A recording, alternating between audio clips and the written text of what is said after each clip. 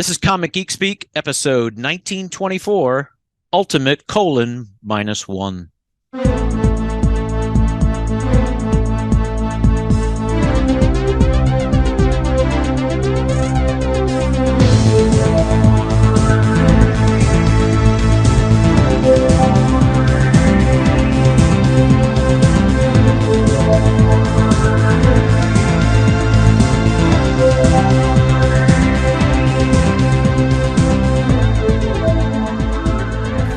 All live? You good? So far. Yeah. Yeah. Murd's fair to Midland. Basically alive. I think I fit most medical definitions. Oh. I thought something was going on. I thought you were finally catching up to us. Well, I did survive my first colonoscopy last week. Excellent. Oh, that's talking about gross old man things seems to me. These days. There's my contribution. There you go. Yep, Good for they poked you. around up there and they found nothing cancerous. So Good. Excellent. Yeah, I had my first one just like a month and a half ago, whatever, 2 months ago. Oh, wow. I don't oh, remember. really? Yeah. Also not cancerous, Great. but not in any way pleasant. I had like side effects. It was like a whole. I won't go God. into it. It's crazy. The two I've had, I've never had side effects or anything. It's in, I'm knocked out, I wake up and I'm fine. Hmm. God, I don't want side effects. I had to be rushed to the ER. What? Jeez. Yeah. Oh, no shit. Jeez. I mean, nothing was so. No, I think it was mean- all shit, Kevin. Oh, that's true. You got to fart a lot after you have it done, right? Yeah. 'Cause they blow air up your ass, basically, so they get the scope in there so they can see what's going on, right? Yeah. All right. We're going right. So the in. doctor had to use a pediatric scope because apparently my colon is too tight. Make all the jokes you want. Everybody, Darren is rolling in his grave right now. Oh, you Yeah. tight ass. Yeah, exactly. And so I wake up from, the anesthesia, Yeah. and they're like, and I'm like, in immediate horrible agony. They're like, yeah, it's just gas. You just you got to fart. And I'm like, well, I can't. Like, I don't have to. Like, I feel the gas pain, but I don't. Nothing is happening. So they only keep you in the recovery room for like a half an hour before they're like, no, it might be a problem. This pain we could have scratched your colon or, perforated something or whatever. So they got to rush me to the ER. Now the ER is literally across the street because in Bryn Mawr here, like the hospital, the doctor's office is across the street, but they can't just like wheel you so the ambulance had to pull up to the side, put me in the thing to drive me half a block to put me in the thing. Oh my God. Then the ER was full. So I'm sitting there waiting in the ER waiting room, just in agony. And now they've taken me off the gurney and put me in a wheelchair because they don't have room in it for a gurney, and the ambulance got to take it back, right? Which could be worse. I was just going to say. And so I'm like hunched over, and I'm like, oh my God, this is way worse position. And then eventually I'm like, Tasha, I gotta go to the bathroom. And then everything was fine. And then I farted a bunch. And then I was like, I want to leave now. Thank you. And they're like, well, you didn't even get admitted. And they're like, and the doctor came and he's like, are you sure? I'm like, I'm fine. And they're like, well, if something happens in the next 2 hours, you come right back. Okay. Yeah. I'm like, yeah, okay. So I never actually got admitted. So if they just held on to me for like another 45 minutes, it would have been fine. You know? Yeah. When I went in, I was lucky if I was in the recovery room 20 minutes. And they were like, okay, time to go. I'm like, I'm barely standing up. I Okay. know, right? But it was just funny. I knew that everybody would get a kick out of the fact that they had to use the pediatric scope and everything. Unbelievable. Peter, this wasn't in your notes.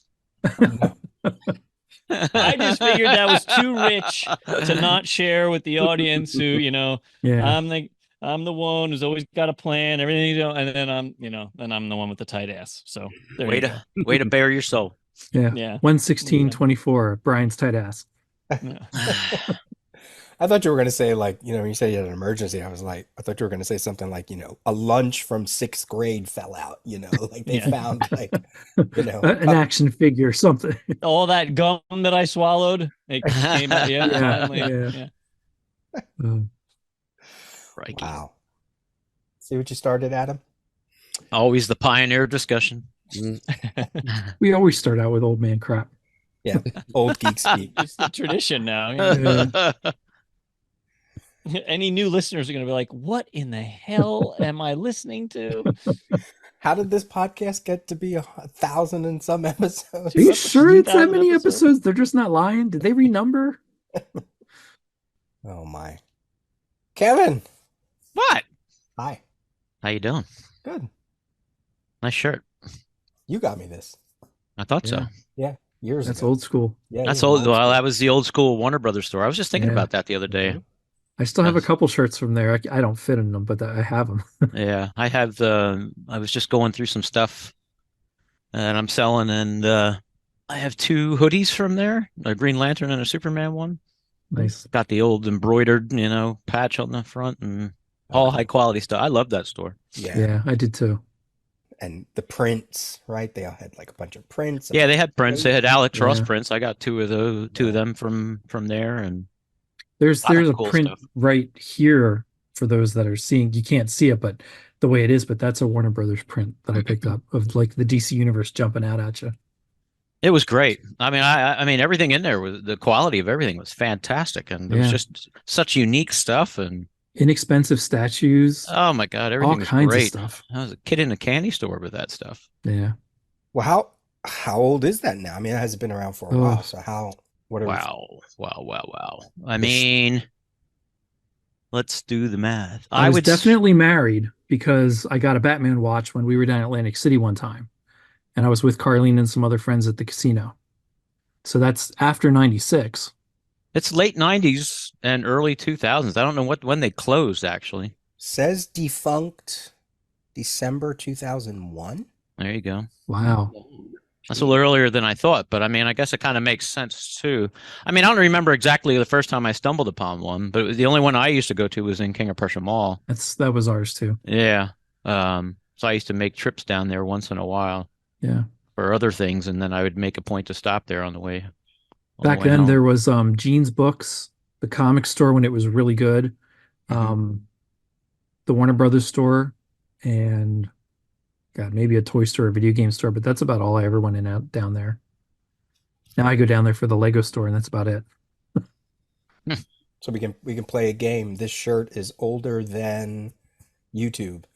It's Yeah. probably older than my It is. kids. Well, that's older than Crusaders. Yeah. Yeah. Older than your kids. Yeah. Yeah. And it's still good condition. Yeah. Yeah, that's why I said it wasn't cheap stuff. It was No. quality stuff. Yeah, for those who are curious, the shirt we're all discussing is a black long-sleeved collared shirt with a Superman S shield right over the heart. Yeah. Dark blue. It's embroidered, actually, but right? Yeah. Yeah, that's an embroidered patch, right? That's Yeah. sewn on. Yeah. hmm No silk They had- screening crap there. Batman ones. They had Wonder Woman. Yeah, it was neat stuff. Yeah. This has been through the wash a bunch of times. I mean, I don't know where you all are at, but the whole country is freezing right now. So Yeah. Yeah, we finally got some weather. And then we'll You- be back up in the 60s by the in a week, I think. Jeez. Sure. Yeah. Yeah, this is way. Last year, every week we were in a pattern that like by Thursday we would be close to 70. And then in the weekend it would be in the 30s again. And Wow. it was just that's how our cycle was, and it was every week for like 2 months. Hmm. Stupid. Yeah. I hate it. Hate it. You moved there. Yeah, I know. I didn't say everything I did was smart. So I admit it. I actually wanted to ask you have you like gone through the area to see if there are comic stores around there? Have you done that or no? I did find there are 2 stores close by. I did stop in one. Last year I stopped in one. There's a Third Eye Comics, it's called, and apparently they're a chain. I guess they have. You'd have to look it up, but I think they have at least 3 stores in different locales. And I forget what the other name of the other one is, but that one moved, and I think they just recently reopened again. But that one I don't think is like kind of a multiple location. I think it's a singular one. I mean, the website's Annapolis, College Park, Lexington Park, Waldorf, Mechanicsville, Short Pump. Yeah. I was at one in Annapolis. We were down with the kids one time to Washington, D.C., and then we drove down to Annapolis for the afternoon or something. And there was one right in the main strip of Annapolis on the right-hand side, I think, from my memory. Mm-hmm. Small, nice, beautiful inside, but very modern. Very, Yeah. Yeah, it was small. The one I was in was small too. I mean, they Yeah. had a decent amount of stuff. Um, I just stopped in and looked around, just comics and back issues. I didn't really see too much. They had some trades, but nothing collectible wise or anything like that. Yeah. But I seen they advertise on the local cable, um, and they show some of the other locales, and they look Hmm. like very large, decent stores. Cool. That's cool. Racks in the floor, and you can walk around, it's all full of toys and all that kind of stuff. So obviously, with that many locales, they got to have something going on. Yeah. When I was in Seville in November, there were two shops, um, the same store. I can't remember the name, but they had two locations in Seville, which is not like a huge city, so it was pretty cool that there were two. And they didn't have comics. They had like a few manga books and stuff, but they had like a lot of, Funko Pop, and they had like statues and t-shirts and stuff, including like a bunch of t-shirts that the owner of the store designed himself. Hmm. So it wasn't, but it's really interesting, right? That we've reached this place where like just the pop culture stuff is worthy of a store, Yeah. right? Like, yeah, they didn't sell Superman comics, but they had Superman statues, right? And people might want one of those, or, and Star Wars statues and all the toys and all the stuff, like, and, you know, all the miscellany things, buttons and magnets and whatever, right? And like that's kind of cool that there's enough to support two locations in a modest sized city. Like, Yeah. because we couldn't have even dreamed of a place like that when we were younger, and now it's just like all over the place. I mean, it's like a bummer that they didn't have comics, but there's so much inventory. What would you pick, right? They just had a few things, right? Yeah. I did feel fortunate though when we were younger, and I'm sure we've talked about it on the show before years ago. I was in Pottstown area. There was a store in Pottstown. Golden Eagle was up here. There was the King of Prussia store. There was one in Collegeville, and every now and then I'd go to Willow Grove as well. So there were, 5, 6 in a drivable area. And Kutztown. Oh man, Kutztown, that's right. Used to go up And there. Lancaster. Yeah, comic store in Lancaster.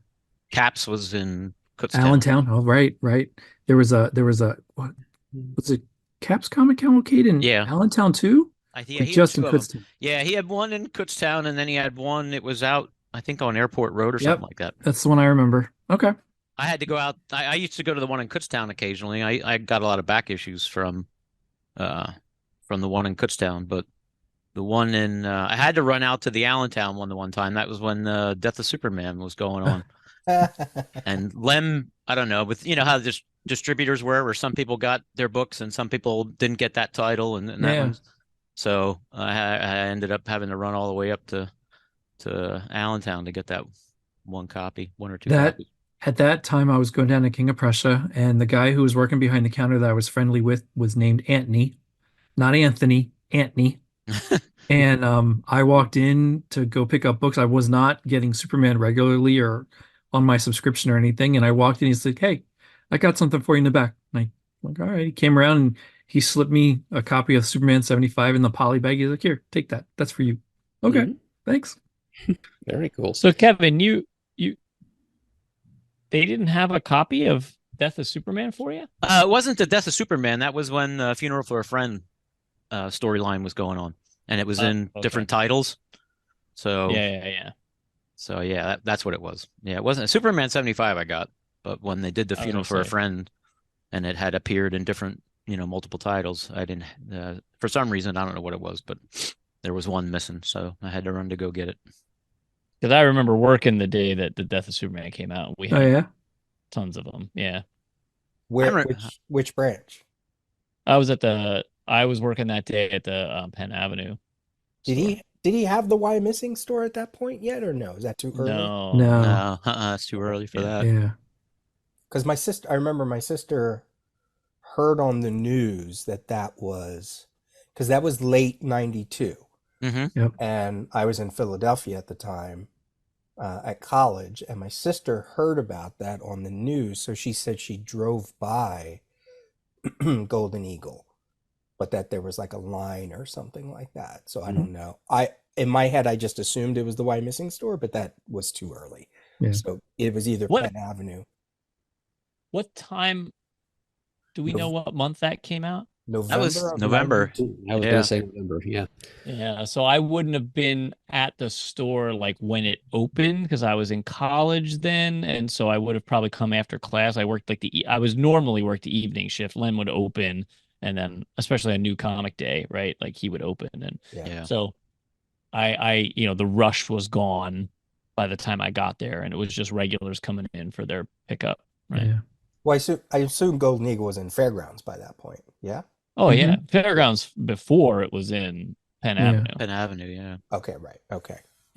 But never all three at the same time. Like he closed Penn Right. Avenue to go Yep. to the Walmart. Yep. The Why Back. Missing there, That's yeah. what I Right, remember. right, Yeah, right. yeah, Mhm. I'd never been in the Penn Avenue store, but I knew it was there. No, I used to go in there all the time. That was my Yeah. store. yeah. That's where Kevin and I met, Yeah. talking Yeah. at that store. That's where I met Kevin and Scott Lesher and Alex. many. That's right. I used to talk to Alex. He I used to don't work know there. that I. Yeah, I don't know. He and I didn't work there at the same time, so I don't think Okay. I knew Alex until later. Gotcha. I think. Yeah, he always Yeah. brings it up when I talk to him. He always he remembers me and Jess going in there, and 'cause Jess was real young. She was only like 4 years old or whatever. I remember those Wednesdays in the Why I'm Missing Walmart Plaza store. Oh my God. Peter, you, Jess, God, who else would show up? Mike, John would Alex, be there John. working. Oh, God, Yeah. John was there all the time. Wasn't New Comic Day Friday when the Penn Avenue store was still open? Quite likely, yeah. I mean, I know it was still Friday when I started collecting back in 91, 92. So yeah. Yeah, I'm pretty But sure. I'd only ever gone to Golden Eagle when it was on Wednesdays. And I'd only ever been at the Why Missing store. That would have been 96, 97 when I started going there. I was in my dark ages. Well, didn't you work at Fairgrounds too? You Oh yeah, Ryan, yeah, you worked at Oh, yeah. Fairgrounds. That's where I remember talking with you a lot at Fairgrounds. You and Jamie. when I started at Fairgrounds, we were in that tiny Yeah. little like place that didn't even have a back door, Yeah. Yeah. Yeah, that was like when you came in outside, it was on the right-hand side. It was just a small. Yeah. Yeah. Yeah, I remember that. That's It where almost looked like a newsstand, the way newsstands Yeah. are. Oh, Yeah. geez. Like, Wow. yeah, Yeah, it it was was- just like Well, wasn't the newsstand, was that across the corridor was the newsstand or there whatever? was They a used to- newsstand there. Yeah, they used to have Wow. magazines and stuff like that in there. The first time I remember Yeah. going into Fairgrounds was at the end close to a door, but I think it was also close to the movie theater where you had there was a big cube in the middle. You could walk around the entire perimeter. It was a Yeah. pretty big store. That was across from the movie theater. That was we moved to that location after I had worked there for I don't know, maybe almost a year. I don't remember how long I worked in the tiny location, but Yeah. yeah, that was like a big deal when Lem scored that spot next to the arcade because it was Oh my Yeah. God, you know, yeah. Yeah. 8 times the size Mm. or 10 times the size of that tiny ass little spot. Heck Yep. yeah. You know, that was amazing. That That was. was neat. I think I told the story on the air. I'm sure I told the story on air, but maybe it's time for retelling. Is the horrible day that Jamie and I were working at the teeny tiny location, and there was a deli next door, and they would have to walk past to like dump the grease, Yeah. and they had this gigantic, like, cart, gigantic, filled with old, nasty, rancid, like French fry grease or whatever, right? And they're pushing it along, and the thing had 2 wheels in the front and 1 wheel in the back. And right in front of our store, the wheel got like stuck and tipped, and it Oh, spilled no. all over the mall. Dear Lord. And now, luckily, we had a lip on the store where the gate would close, so like the grease didn't come into the store, but it completely covered. You know, the front of the store was only 10 feet, 12 feet wide or whatever. It wasn't very wide, right? So we couldn't get out because there was an inch and a half of grease, and Jeez. it stank. Jamie and I were like gagging. Like we were literally spraying like Lysol in front of our faces to like Oh not my goodness. smell it the security, they were like laying out cardboard across the mall so that people could walk, because if you were on one side and that was the exit you needed to get out, you couldn't without walking through this stuff. I mean, it took hours to clean up. And again, we had no back door, so it's not like we could go into the hallway and take breaths, and like, nope. It was the worst shift I've ever worked anywhere ever. And I can't even imagine that kind of a smell. When I worked in the restaurant for 2.5 years, and we used to occasionally have to go out in the kitchen and clean the grease trap under the thing, and that is the most disgusting smell you ever want to smell. It is just ridiculous. It was yeah. Every time, so like, you watch a movie, that spread across all. Imagine being trapped in the middle of a lake of that. Oh God! Oh Christ! And then to try to clean up grease, you know what I mean? It's not like picking up water, you know what I mean? People slipping and sliding in the mall, not knowing what's going on. I mean, it was a whole thing, Dear Lord. And like when they call it in, and it's like a person with a mop comes over, and they're just like, "What? Where do we even start?" Right? Like, how? It's like, no, this is not a job for a mop. You need. I don't even remember how it got resolved. I wish Jamie was still here, because he might remember. Get a cat litter or something. Yeah. Oh my God. It was out of control. Wow. Dear Lord, I don't know if I've ever heard that before. No, I don't think I ever heard that. It was insane. Absolutely insane. When did Golden Eagle actually open? What year? 85, 84, 86? Oh, wait. On Spring Street. Yeah. Let's see. 85, I think. Is it 85? Because 84 is when I discovered Hildebrandt's. And Lem wasn't open yet. So I used to go there. And that was... Yeah. And then that went into 85. And then I believe Lem opened probably like that spring or summer of 85. I thought their anniversary was coming up, and I wasn't sure if it was this year or if it was the same, like the same year that our big anniversary is. So. Probably next year then, so that would be, yeah, if I remember correctly. I know it wasn't 84, because I know when I found Hildebrandt's and I used to go in there and have my subscription there, Lem wasn't around. Right. He opened after I had been there, so my educated guess is 85. Okay. I was just over there and talked to Scott for a little bit. Oh, yeah? Yeah. I have to just wanted to meander around. Yeah. Seems good. Store's still doing a heck of a Magic the Gathering business. They're having yet another tournament going on when I was in there. He says things are going well. He has been saying so. Yeah. Which is good. Because I wondered, like, how, Well, Lem always did. He diversified so much in there. Sports cards, gaming, comics. Well, that locale's great. I mean, the layout they have there is perfect. Yeah. Do you ever go back to the gaming room that he's got in the way back? Oh, yeah. It's really neat. Yeah, because then they have the whole because that's where I delivered my stuff when we made. Okay. I sold my things, and we used to go in the back door there and stack everything. That's where the storage and all the gaming tables were. That's why I say it's perfect, because that's separate from the store, so you're not. And they do have the tables in the store. I presume they still do. They still do. Yep. Yeah. So. I love my weekly trip to the store to pick up Clara from her shift on Wednesday night, so I get to see everything new that came out. I've got to get down there to see that store sometime. Are you back in? Are you picking stuff up? Well, I've been picking up Transformers. There were recently 2 Gru miniseries that I got. Of course, I have to get those. And I did pick up that G.I. Joe 301 after I finally saw it. It was actually... The story was fine. The artwork was freaking fantastic. That's what I thought too. Out of all the iterations recently, that art was awesome. Yeah, like really, really good. Yep. The story was like fine, right? But I'll keep buying that artwork for a little while. I'll see what's going on. Yeah, I was impressed. Chris Mooneyham is the artist. Yeah, because that's the problem with the G.I. Joe comics. Not that they're bad, and I'm sure people follow them like crazy, but I didn't follow him because the art on the cover was always gorgeous. And then you look inside, I'm like, I don't know. Not so great. But man, like you said, this was beautiful inside. Yeah. Then I'll probably pick up the, what is it, Duke and Cobra Commander or whatever, just to check them out, I'm sure after Duke and Cobra Commander, there'll be a separate G.I. Joe for that Energon universe then. Yeah, I would assume so.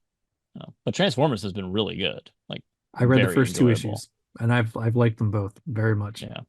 Yeah, I read all 4 so far, and it's awesome. Yep. The second story arc is getting a new artist. I don't know if it's just for that arc or moving forward. I don't know. All right. Clara for Christmas got me the first trade of Low Image book by Rick Remender and Greg Takino, right? Takini, yeah. Oh my God. Well, first of all, the artwork is he's phenomenal. I've followed him for years. He's fantastic. Unbelievable. And the story is like really cool. It's like an underwater sci-fi like future thing where like, Earth has been ravaged or whatever, and they're in these bubbles underwater and because the surface is inhospitable and it's wild and beautiful and worth a read. Very cool. I have to look that up. They've been working together for a while now, haven't they? Those two. Yeah, well, there was a giant hardcover out. I think it was maybe it was a soft cover, but it was like this huge book that I saw at another place. And then when I was picking up Clara one day, I pointed it out to her and was like, "Look at this artwork! Oh my God!" And then she surprised me with the trade of the first 6 issues. So I'm definitely buying the next trade because it was very good. It's 26 issues, so however many trades that is. Yeah, they've been working together for a little while, if I recall, because I grabbed 1 or 2 things they had, and that was years ago, a couple of years ago. Image has a lot of that stuff. Image has a lot of those little short run series that just came and went, and everybody focuses on Saga, but even Saga really isn't Saga anymore. Like it's not. I mean, it's. I'm sure it's still good, but I mean, the first year, 2 years that came out, everybody was gaga about it, and it's sort of the buzz on it. I don't even think there's been a new issue in a while, but I don't mean Didn't like they start back up. I think it did, finally started back up after the right. hiatus. Yeah, but they haven't been able to keep the rhythm. Yeah, yeah. But I mean, like, so you have those big, Energon Saga, but I mean these sort of smaller series that just run its course for a number of issues, and that's it. And a few that I collected, like Pretty Deadly, because the artist was Emma Rios, so I was like, oh, okay, of course I'm gonna have to follow that. And then there was one that I followed, I think it was through Top Cow, maybe not through Image. Can't remember. Yeah, Top Cow, called Postal.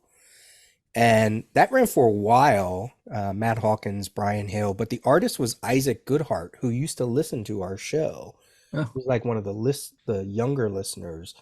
And now he's done a couple of those DC Young Readers books. Sure. Like the Catwoman one, I think, and some of the other ones. He's doing right now, from Dark Horse, a book called, what is it called? Oddly Pedestrian Life of Christopher Chaos.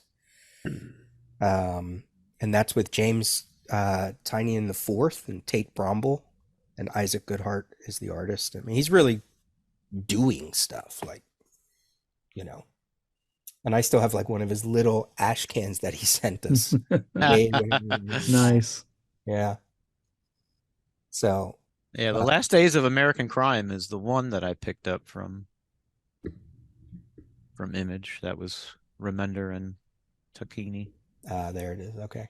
Trying to find the other one. I think the other one I got was like a one shot. If I'm not mistaken, it was like kind of like a Ultraman kind of knockoff kind of thing. But I haven't been able to find it doing a Google search. There's one that I really love. I'm behind on it, but I think it's so good. And it's not a genre in comics that I really go after. It's called Philadelphia. So first of all, it takes place in Philadelphia. Okay, right. I'm there. Yeah. Totally, and it involves vampires and American history. Yes. I think I might have talked about it a little bit before on early episodes here. But it's, first of all, it's beautifully drawn.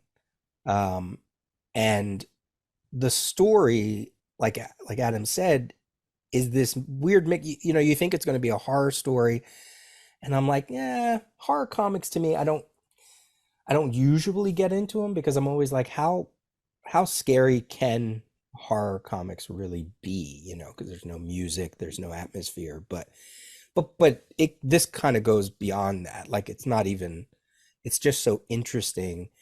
So it's Rodney Barnes and the artist is Jason Sean Alexander, and his stuff is great. I mean, it reminds me a little bit of like Vertigo style artwork, like the painterly stuff that they were doing, the abstract painterly stuff.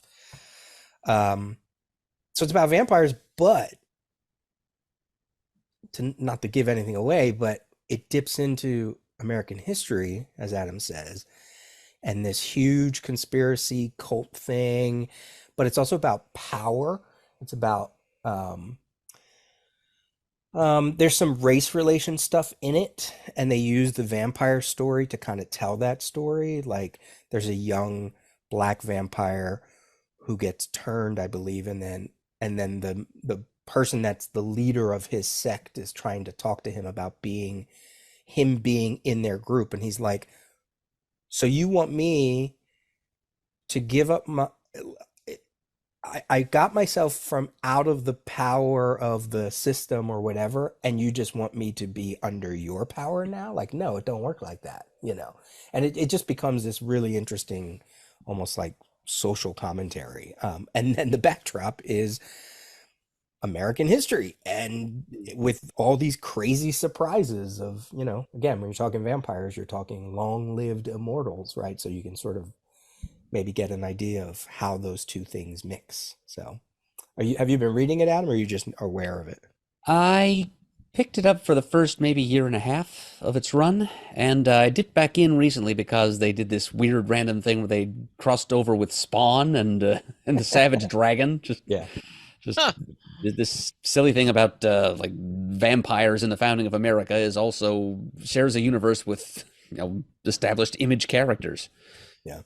I thought that was kind of interesting, so I thought I'd, you know, give that a try. I really want to sit down and just read Savage Dragon. Just Wow. start at number 1 and just go. That's up to what number now? 200 It's like 300 or Yeah, something, or it's is it not quite 300.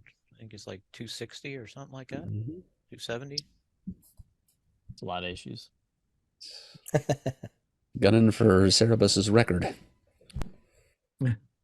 I don't know. I absolutely had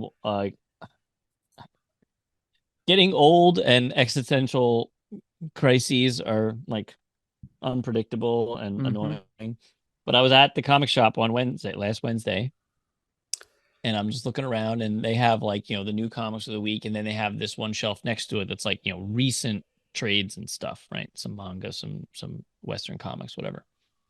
And there was a copy of like X-Force, you know, compendium number 3 or something, collecting the early 90s X-Force, you know, issues, you know, 18 to 23 or something stupid, right? Like, not like, just like whatever. It was just continuing some collection.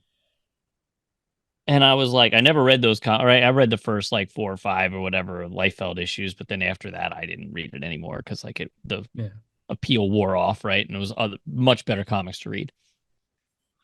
But I had this moment where I'm like, I want to read all the X-Force stuff. I just want to relive my youth. I don't care about what's coming out now. I just want to, and I like almost started crying in the comic store because I had this like overwhelming sense of like the loss of my youth and my impending death. And like, I was like, what is happening right now over fucking X-Force? Not good comics, shitty 90s comics, but man, I was just like, I just want to take this and go curl up in a hole and read these comics until my last breath, and I don't show me anything new. I'll just read all the old stuff over again or stuff I never read before. Just so reading Savage Dragon, like, cool. We're reading all the Spawn, cool. Like, what all the X-Force, like, let's just do it. Let's just go all in on the old Wildcats, stuff and Wetworks.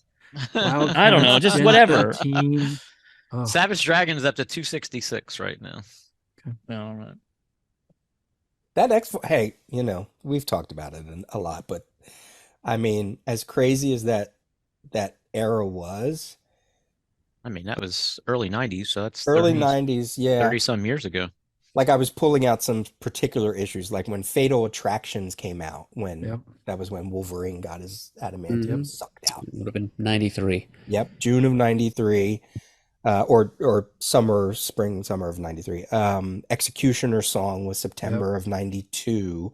So I mean, I'm hitting 19, 20, 21 years old. Like, yeah, those are the Rockstar comics that, like, I still when you bring up X-Force, before I even pulled up the cover gallery, I'm like, oh yeah, those issues that he's talking about, that's leading up to like when Sunspot was Rainfire, I think his name was. Who was actually a clone of Roberto da Costa, I think we eventually learned, or something like that. Something like that, yeah. Who can remember the twists and turns and but that run later when Jeff Loeb got a hold of it was interesting. Was we're talking Jeff Loeb, Adam Polina, like in 94, 95. Some of that stuff was actually pretty good, but so even though they may not hold up, I still remember them fighting. Sure. Was it Black Tom Cassidy fighting him in the Twin Towers, right? And then one of them blows up, right? Like years before actually 9/11. The Sideways issue with Spider-Man, all the Strife stuff.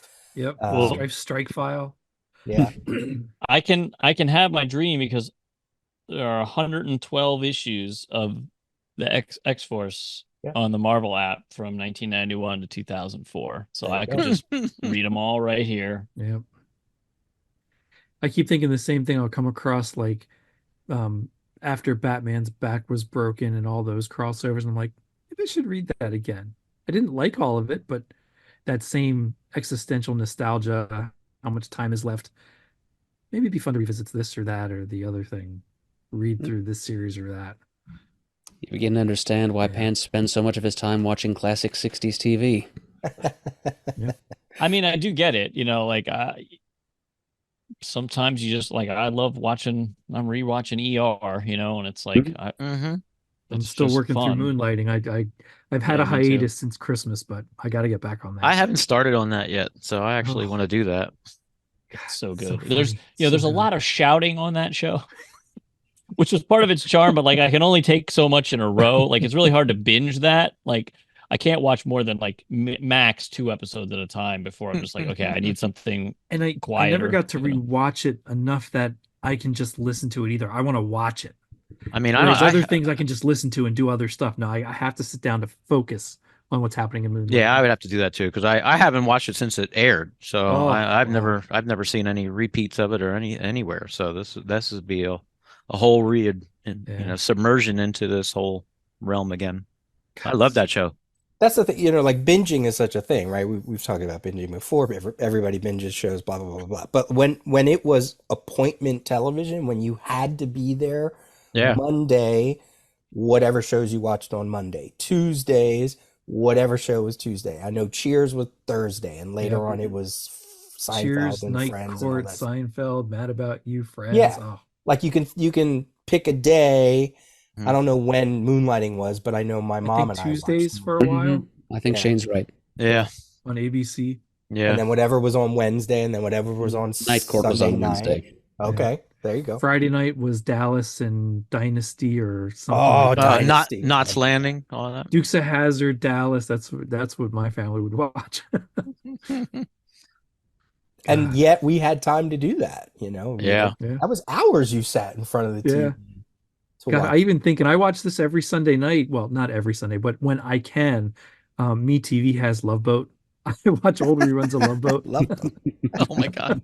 Fantasy Island too? Fantasy Island, yep. Oh boy. How many episodes of Love Boat with Charo have you seen, Shane? None yet. None. I keep waiting for them to air, but man, it hasn't. That was Zsa Zsa Gabor.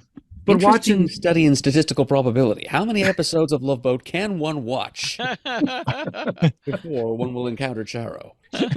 And there's so many old classic actors and actresses on there, and oh sure, Richard Hatch from Battlestar Galactica was on, and just all kinds of really cool things that these people would never interact with each other in any other show, but on Love Boat, there they are. It's hilarious. That is some of the fun of going back and rewatching some of those popular series to see actors who are now famous, but Yeah. back then that was like their starting shots, Yep. Guest appearance here, guest appearance there, and like, holy Yeah. shit, that person was in that episode. Yeah, it's a lot of fun. All right, let's make you feel old. Let's God. do one of our topics here. It won't take I was- much. I was going to save this for if Pants was going to show up, but he didn't show up. January 15th, 1974 was the debut of Happy Days. 50 years. It's crazy. As we were recording it, just a day past their 50th anniversary. Yeah. And I mean, that was a show. That was a staple for me. I don't know about Sure. anybody. Oh Same yeah, here. absolutely. Of course. Yep. That talk about a night of TV. That was Yeah. Happy Days, Laverne and Shirley. Yep. It was a spin-off eventually, and then what was on at 9? There was something on at 9 after that. I don't remember it was on at 9. That's a good. But that was a night where it was multiple shows Yeah. in a row that I remember watching. But Yeah. those two obviously were the big ones. So I got some Happy Days trivia. Oh boy. We can't do CGS history for January because we already did it like in one of the other episodes, so they can go Okay. listen to that, So I was like, I gotta find something fun to talk about. So I was like, okay, let's do Happy Days trivia. Happy Days trivia. This should be fun. We'll start with some easy ones. How many seasons of Happy Days were there? Oh God. 9. 11, 12, 13, something like that. It was long. Adam, you got a guess? I do not. Have you watched I Happy don't- Days, Adam? I infrequently. Yeah. Okay. Yeah, I had an uncle who like videotaped every episode. But Oh wow. yeah, there are a lot of episodes I've never seen. What's interesting about Happy Days you forget is that there's almost as many seasons without Ron Howard, right, as with Yeah. Ron Howard, or like Yeah. close. Sort of, yeah. Because let's wait. Wait, it might He be a left trivia Happy question. Days. It I might was be just a gonna trivia question. because I was gonna say something too. I was like, oh, that It might be a question. trivia question. Oh man. Well, I'm trying to think. You ask how many seasons. Yeah. The number, somebody has said the number. I know it was still running in the early 80s, so 10 seems Yeah. about right. I'm sticking with 9. 9, 10, I guess, I'm Brian? saying 12. 12? I'll split the difference and say 11. I don't know something. It's 11. Shane, you're first. You said that first. You said Nice. 11, 12, and 13. So, Yeah. yeah, 11 seasons. Okay. Where did Happy Days take place? Milwaukee. Milwaukee, yep. Yeah, that much I knew. All right. The brother that was never only Chuck. seen, and what was Yeah. his name? Yeah. Chuck. There was his basketball upstairs and never Yeah. comes. Yeah. You went to college. What was the name of the high school that Richie, Potsy, and Ralph Ugh. attended? That's a good one. Jefferson? Trying to pick through the varsity jacket. Wasn't it I- like blue I- and it- white? It was a pale blue and white. I just Yeah. saw a short with Ron Howard and Henry Winkler in Arnold's, and I'm sure it's at Jefferson High. I think you're right. but- You're correct. Yeah. Yeah. Jefferson. Yeah. What kind of store did Howard Cunningham run? Hardware. Hardware, yep. Cunningham Hardware. Who did Richie marry? What was her name? Lori Beth. Damn, Shane's. This is like start. I thought for sure this would be hard. Some of these. There were two sisters named Tuscadero. What were their names? What were Pinky they? and Pinky Leather. and leather. Yeah. Pinky and Leather. God, I had such a crush on Leather. Ooh. One of her songs came up in my Spotify Did Discover it? Weekly. Yeah. Wow. One I never heard of. I was like, what the hell is this doing in my Oh, Discover wow. Weekly? That's cool. All right, here's a question, and then Brian, maybe you touches back to what you were talking about. Which branch of the military did Richie enlist in when the actor wanted to leave the show to become a director? The Army. He said Brian.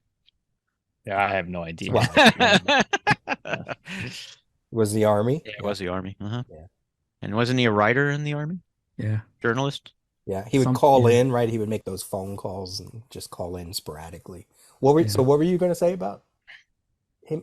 I Was just gonna left- say, he was so Ron Howard was so convinced that he wanted to be a director that he gave up a a job on like the most successful show on television at the time Yeah. to take a shot at directing and risk it all, right? Like Yeah. he rolled the dice. I mean, obviously it worked out for him, but Yeah. What was his in first one? Splash? He left in season 8. yeah. Well, I thought Shane, that was the first major. There was like a TV movie that he did or something. Okay. But then Splash was his first major picture. But that's why I was trying to think of the dates. I'm like, well, Splash was 82, right? So like if it started in 74, yeah, and that's why I was like, well, how many seasons was Ron on before? And that's why I was trying to think like it had to still be running in 82. So, like, I don't know. I was like doing all the Night Shift. Oh, yeah. 1982. Michael Keaton. Michael Keaton and Henry Winkler. Not his first. I mean, he did some shorts. He did something called Grand Theft Auto in 1977. Oh, wow. Then he did a bunch of TV movies. Then he did Night Shift in 1982. Wow. Then wasn't Splash also 82 though? 84. 83. Was it 84? Yeah. 83. Oh, I didn't think it was that. Then there's something called Little Because Shots. I think, God, I wonder if, because I just recently listened to his autobiography, right? He and his brother did a book together, and the audiobook is great because they do like alternating chapters in the book, and they both read it, right? So it's really great audiobook. But I thought that, I wonder if he was filming Splash before Night Shift, and like, because he was like, I risked it for this crazy, mermaid movie, like. And because, movies get delayed and they get pushed because of scheduling things or whatever. So it's possible that he worked on Splash before or whatever. I don't know. But, my memory sucks, so I have no fucking idea what I'm talking about. Look at his lineup, though. Like, I know. I was just doing it. I'm going to go in order. Mm-hmm. So from 1985, he has Cocoon.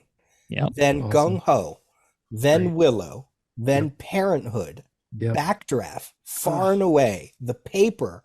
Apollo 13, The Paper, Ransom, Ed TV, How the Grinch Stole Christmas, A Beautiful Mind, The Missing, Cinderella Man, The Da Vinci Code, Frost Nixon, Angels and Demons, The Dilemma, Rush, Made It. Okay, now we're starting to like slip off. Yeah. But Jesus. Yeah. What a run. Wow. A lot of films you mentioned there, I had no idea Ron Howard directed. Huh?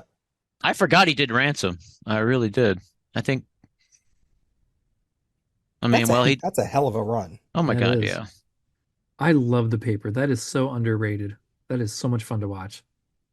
It was really, really interesting. He knew he wanted to be a director, like when he was little.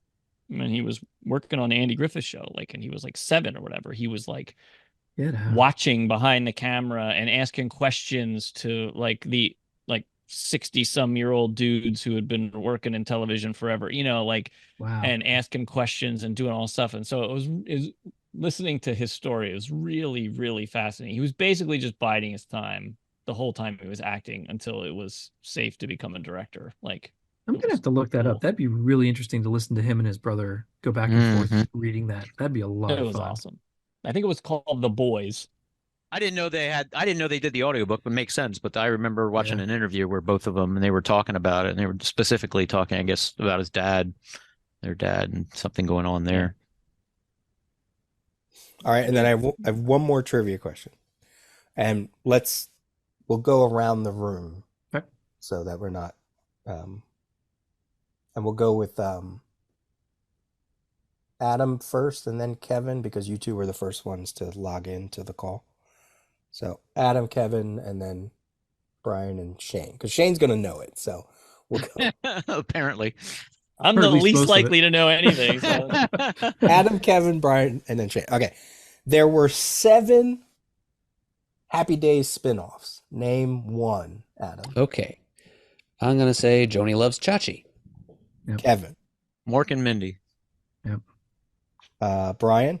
Well, I was going to say Mork and Mindy, but I guess I'll say Laverne and Shirley. Okay. Getting the easy ones out of the way. Yeah. Shane?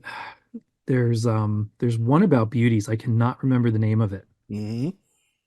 And I don't think I've ever seen an episode of it. It's not Barker's Beauties because that's Price is Right. Right. But it's something with beauties. Yeah. Blansky's Blansky's Beauties. Beauties. Wow. What the hell? Yeah, Yeah, never that's saw an obscure enough. episode.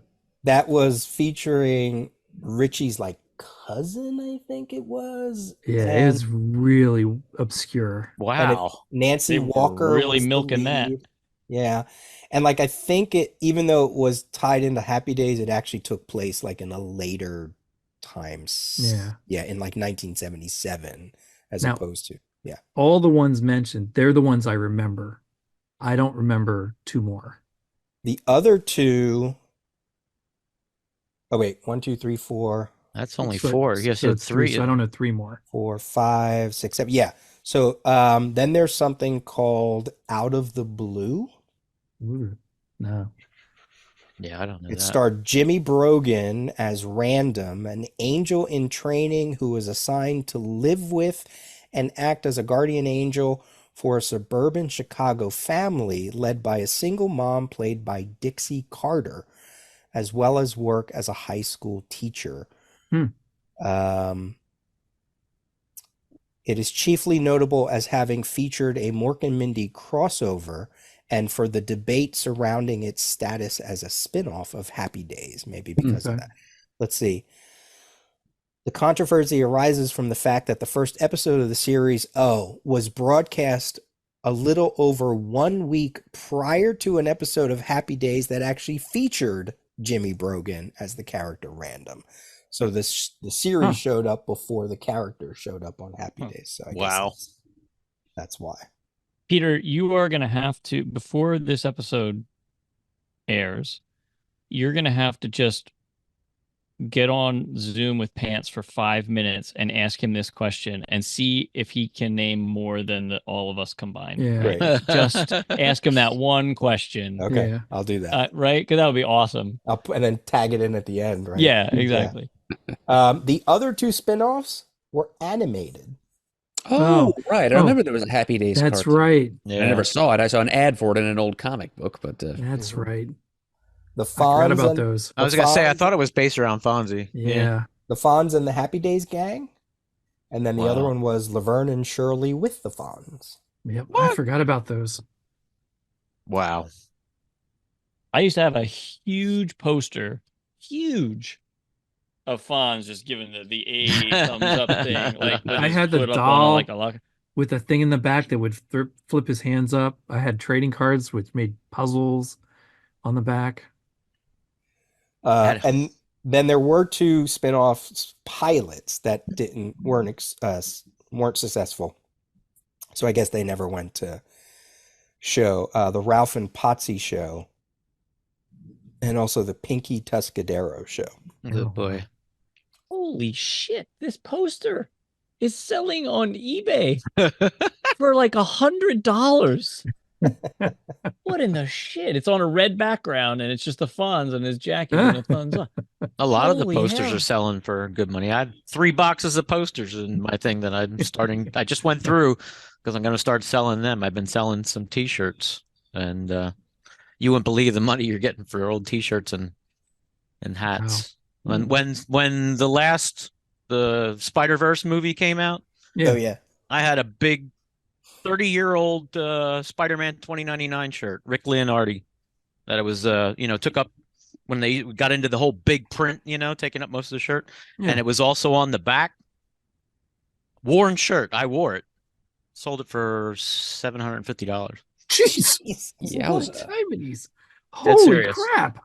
There is a niche for old T-shirts. Wow. I've seen guys on Instagram and stuff doing it, and I was like, you got to be kidding me. I got like 3 boxes of the T-shirts in there. So I've started dipping my toe into that market, and it's been lucrative to say the least. That's the best one so far. Wow. It's crazy, right? Because people could take an image from Mhm. Google and now you can upscale it in any like Photoshop or anything, and it does an amazing job of making it look pixel perfect. Yeah. And then you could print that on a shirt yourself using one of these digital printing services, and like, yeah, it's not the original, but you have the same image on the shirt. Who the hell cares if it's the original? Right. Jeez. I've never seen that Nuts. poster, Brian, that picture that you sent. I don't My think I ever cousins saw gave that. it, like they had it. They were like 5 years older than me, and then they gave it to me, and then I had it for years. What the hell? I probably had that thing till I was like 13. Like, well, why would I want the Fonz poster when I'm 13? You know, I don't know, but I had it. Oh, that's great. Whatever.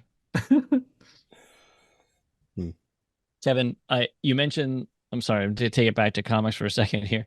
You mentioned that Last Days of American Crime by Rick Remender. Uh-huh. It says, I'm just looking at Wikipedia, and it says that was made into a movie on Netflix, and it was one of the rare movies to receive a 0% rating on Rotten Tomatoes. Wow. Jeez. Wow. I didn't know that. Yeah. But I did. I mean, of course I liked the book. That's why I bought it. But the art's what really 0. closed me in. We could take it. Let's take it to comics. You want to talk about Ultimate Spider-Man 1? Did everybody yeah. read that? Yeah. Did. I read it. Okay. Ultimate Spider-Man #1. This has been the resurgence of the Ultimate Universe back at Marvel after the Ultimate Invasion miniseries. Then there was an Ultimate Universe one-shot leading us to Ultimate Spider-Man #1 by Jonathan Hickman, art by Marco Cicchetto, color Matthew Wilson, Corey Pettit on letters. And it only just, as we're recording, it just came out last week. So we got a chance to read it. So what do you guys think? It was really good. I really liked it. It was really good. I did not want to like it at all. Why not? I'm in. What I thought was, what for me, this is how much I liked it, and it's, you know, because I've been reading Spider-Man for so long or whatever. But like, I'm just looking through. I think it was like almost 30 pages into this comic before like I even thought about Peter Parker becoming Spider-Man. I was just so riveted to the story that I was like forgetting, like, wait, he's going to become Spider-Man. Like he's Spider-Man or whatever. Like, or there's not a Spider-Man in this comic book called Spider-Man yet. Like I was just so interested in what the characters and the alternate versions of the characters and Uncle Ben and all this stuff, right? And then I was like, wait a minute, shouldn't he be Spider-Man? But it took a long time. And I think that just speaks to how fun the story was, that I didn't even care that Spider-Man wasn't in it. Right. And the art is gorgeous. Yeah, he is. I love him. Everything that he's done since I've become aware. I mean, I love his artwork. I look forward to seeing his stuff. I mean, I'm reading it on my iPad, but it really looks like some high quality graphic novel. Yeah. Why didn't you want to like it, Shane? I have so many things to read. I don't need to add yet another book to it. Sure. But not only was the story good up right through the end, but once you get to the end and the information you get, the twist, I'm like, oh God, this is really good. Yeah. I'm glad it was different in the essence of, because like when the first Ultimate Spider-Man came out, the foundational aspects of the character were still there. Just subtle changes more or less. But sure. This obviously, because I was like, where's this going? Well, first of all, Uncle Ben's in it, so you already, and then you see that, the May died in the terrorist attack, and, so I'm like, wow, it's uniquely and completely different. So I was like, it's something I didn't anticipate. I was expecting it to just be a regurgitation, and be vague, mostly similar, I should say. And that's why that was my reluctance to reading. I was like, what are they going to do? What is it going to? And I was also hoping it wasn't a continuation from the Ultimate Universe that we knew of, too. Right. Oh, it's definitely not. Kind of like a Chris Pine Star Trek versus Star Trek Prime divergence of reality. Yeah. Well, that's what. Oh, sorry, Murder. No, go ahead, Brian. That's kind of what is very appealing to me, right? It's just an interesting story, some stuff going on, characters and settings and stuff that we're familiar with, yet it's brand new, and I don't have to know anything, right? I don't have to know 1,000 issues of history to like know what's happening, right? I just get to start fresh. And it's like, and I saw how good this one is, and I'm like, oh, X-Men is coming. Like, I never know when the hell I should read X-Men or not because it's just like it's Yeah. so complicated. Yeah. I'm just like I am scared to go read X-Men. But now I get to start and be like, yeah, there might be Wolverine, there might be Storm. I don't know. There might be some people. I know these people, but I don't need to know what happened because nothing happened yet because it's brand new. And I Yeah. can start fresh. And I love that. So, I mean, I haven't read anything other than this. So, how are they setting this whole universe thing up? Like, is this a universe that has existed and has now intertwined with the 616, or it's just a complete different universe and they're telling stories from this unique universe? You want to take it, Adam, or you want? Yeah, well, I haven't read any of the stories leading up to this either, Kevin. I think the things that Peter mentioned, the Ultimate Invasion and the Ultimate Universe one-shot, probably have something to do with it. Basically, what we're seeing here is an offshoot of the old Ultimate Universe, Earth 1610, if you will. And, the Reed Richards from that universe, of the Ultimate Fantastic Four, he's taken to calling himself the Maker, and he's basically a bad guy now. And he has tampered with the history of his own reality. And he reached back in time and prevented the origins of a bunch of different Ultimate Marvel heroes from happening. So he's the one who prevented Peter from being bitten by his radioactive spider. So Earth 616 is not presently affected by any of this. Okay. So this is the ultimate Peter Parker, I guess, or an alternate reality version of him that has aged 20 years since when his origin was supposed to happen, as we all saw in Bendis and Bagley's Ultimate Spider-Man run. And he's just grown up and he's married Mary Jane and he has kids, yada, yada, yada. But part of the background here is that the Tony Stark of this reality found out what Reed Richards did. And he's trying to undo it. And so Richards responded by staging this 9/11 style terrorist attack on New York City and framing Tony Stark for it. So that's why Stark is, people are cursing his name in this story because they think he's responsible for thousands of people in New York, including Aunt May, dying in that terrorist attack. And then we see this holographic image of Tony reaching back in time saying, hey, it's 6 months later than you're actually seeing this. I'm trying to re-trigger the origins of all these superheroes who were supposed to exist but don't. So here you go, 30-something-year-old Peter Parker. Here's a chance to, be the hero you sense you always should have been, and that the readers of this comic know you always should have been. But you're getting a late start on it now, which is to me just about the most interesting aspect of the whole thing. The fact that we have Peter Parker embarking on his career as Spider-Man in his 30s when he's already happily married and with a couple of kids, instead of, as the awkward teenage outsider. Right. Which I guess also it pairs down the universe, so it's not going to be like this blast of, oh, here's all these characters, that are out there. So now it gives you a chance to work into that. So that way it's not so convoluted and not so heavy-handed and too many things. You can slowly build.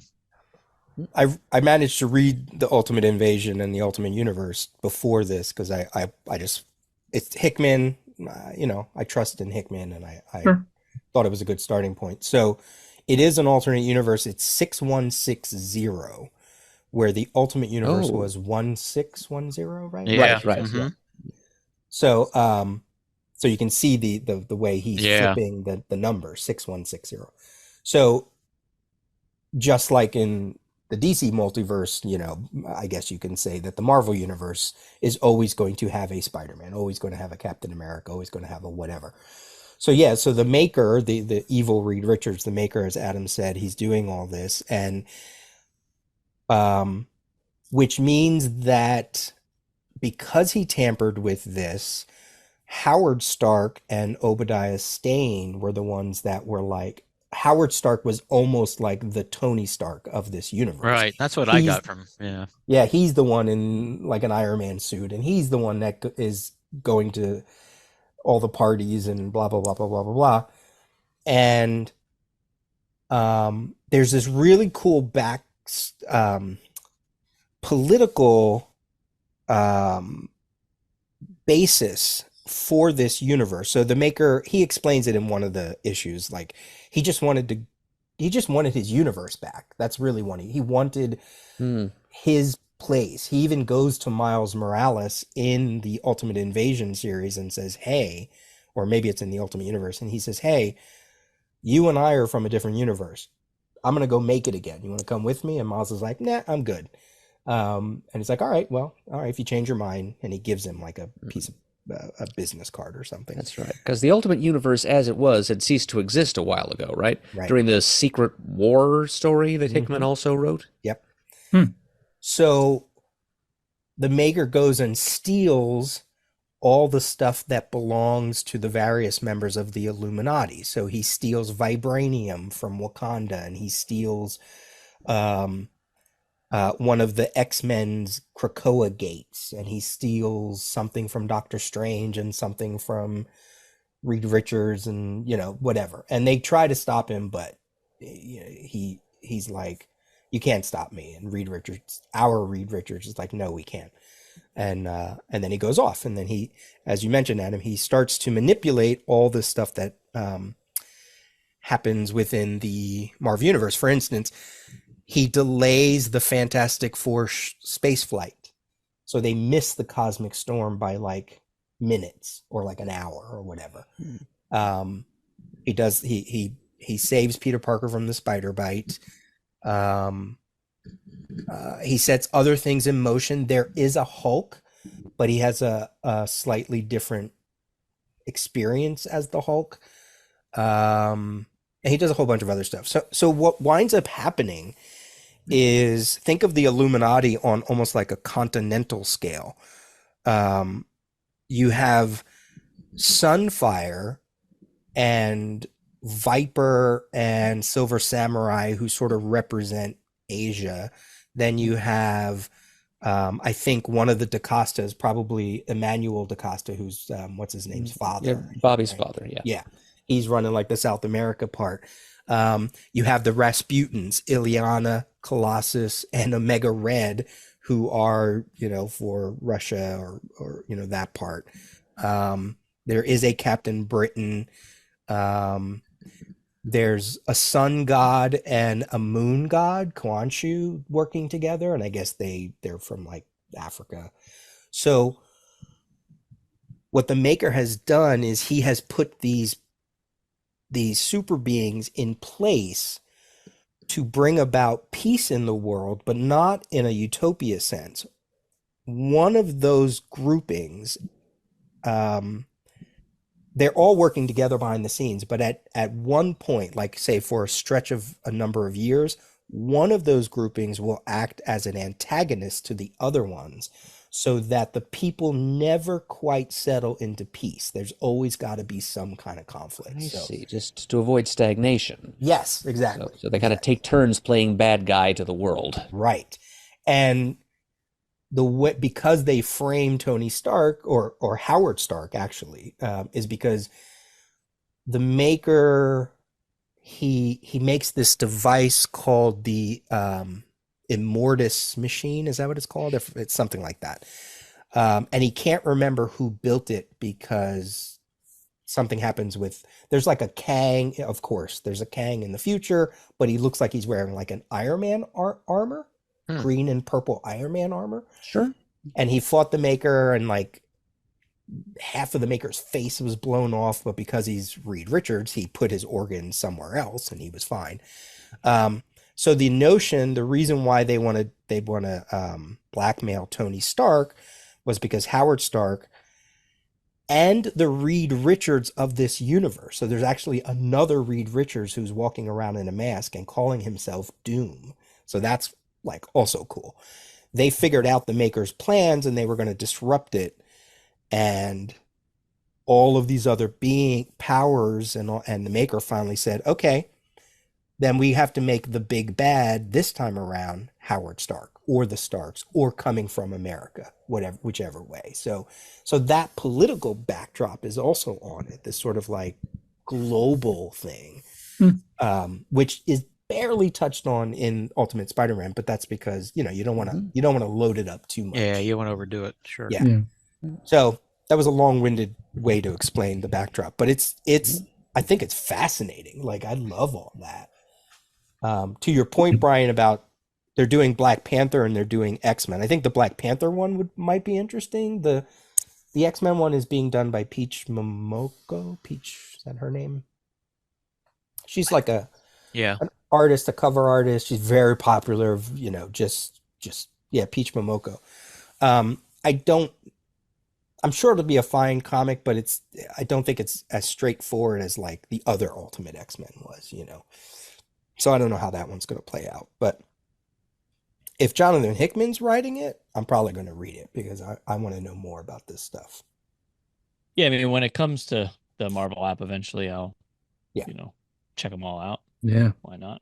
The other one that was caught in the blast too, Norman Osborn was caught in the terrorist attack too. So that's, if you know who Norman Osborn is, yet there is a Green Goblin that shows up in this issue, you're like, oh, well then, okay, here we are back again. Who is the Green Goblin? So. Did you give him a good costume for a change? You didn't like the tech? No, never did. Didn't like it in the movie. Don't like it there. Yeah, I didn't like that either. But it was cool to see, like, Matt Murdock shows up, and you have to wonder, does he have he's blind. Mm-hmm. So he had the accident, but does that mean that he's Daredevil? We don't know. Not only is Ben Parker around, but so is J. Jonah Jameson, and he's friendly towards Peter Parker, which was fun to see. Almost paternally. So yep, it was neat. Yeah. Well, it's definitely well thought out. That's so, because the bare bones of it all spread out throughout throughout Spider-Man and his supporting cast, so everything's kind of uniquely different, so it's not just, one or two things change. He really thought through it all and changed a lot. And obviously, look at the response. People are very interested and intrigued by it. So isn't that I'm not reading it, but isn't that mirroring what's happening in the new Daredevil series? I don't know if anybody's familiar with that, but I thought I saw like preview images or something, and Matt Murdock's wearing a priest collar or something like that. Oh, I couldn't tell you. No, I didn't see that. I'll have to check into that, but I could swear I saw something like that, and it wasn't Ultimate Universe. It was when they launched the new series, which I think issue 3 or 4 just came out. But yeah, I think you're right. I think it was either a splash image from the end of the last run or from the first issue of the new run. But that's what I thought of when I saw that, when he was giving the speech at the terrorist attack site, and I was like, holy hell, he's wearing that Catholic priest outfit again. So I didn't know if that was intentional or just coincidental. Yeah. Adam, what were your thoughts on the issue? Well, it makes for a very interesting what if. I mean, even if without the backdrop of all this Hickman generated Ultimate Universe rejiggering stuff that we've expounded at length here, just a story of what would have happened if Uncle Ben didn't die, if Peter didn't get his powers until late in life. It's a sort of story that probably would have been told in the span of a single issue, just 30 or 40 years ago. But it was. It was. Mm-hmm. Yeah, there was a what if like that. Yeah, I'm sure. Well, yeah, but this is. I mean, what if he had never gotten his powers until adulthood, though? Oh no! What if? I know that we had. Yeah. Okay. Yeah. What if Uncle Ben hadn't died? That was like the very first issue of one of the volumes of whatever. He just becomes a professional entertainer. Right. And goes with that. But this is a different sort of what if, and just what Brian was saying about how there's no Spider-Man in this issue until the very last page, and we don't hardly care. It is a testament to how well told the story was, but it's also true to the Bendis legacy of this story in that it's arguably decompressed. We don't get to the action stuff until we don't get to it at all. Really, it's just all talking and character stuff. So it's because I'll call back to the old days of the Ultimate Universe, I guess, in that respect. I was a little surprised that Peter, in this reality, still found his way to journalism as a career, despite not having, Spider-Man and pictures of him to sell as his buy-in, as it were. I kind of expected him to just be working in a lab someplace. Well, I kind of took that from his Uncle Ben being in journalism, kind of following in his footsteps. But how did Ben get into journalism? Oh. Is the question then begged? Because I don't. Does anybody know what Uncle Ben did for a living before being killed in the 616 reality? I know as a young man he worked as a sideshow barker on Coney Island, which is how he and May met. But what did he do later on? He worked at Cunningham's hardware store. I like that answer. Yeah, I don't know. I've never seen any elaboration onto it other than that. Yeah, so how both of them ended up. I mean, as Shane said, you could picture Peter following his Uncle Ben into that job if Ben had it first. But, how did Uncle Ben get there, I guess. Yeah. One of the things that, at the end when he takes that sphere, and breaks it open with the test tube, but there was another black sphere in there. And I'm guessing that was the costume. Yeah, and that's what I'm wondering. I thought, okay, is that little black sphere the costume? And is that going to be? My immediate thought was, okay, is this way of they're bringing in like a symbiote suit? That this is some kind of a suit he didn't make. It's being given to him. Some kind of nanotech suit. Yeah. Yeah. Yep. So I'm like, okay, I wonder where this is going to go. Given to him by Tony Stark. Tony Stark. Yeah. So it's very reminiscent of the MCU in that themology that way. But yeah.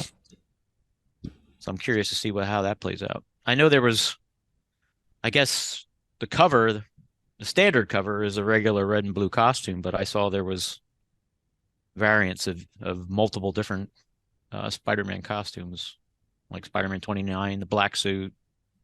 So there's multiple ones. So I don't know what.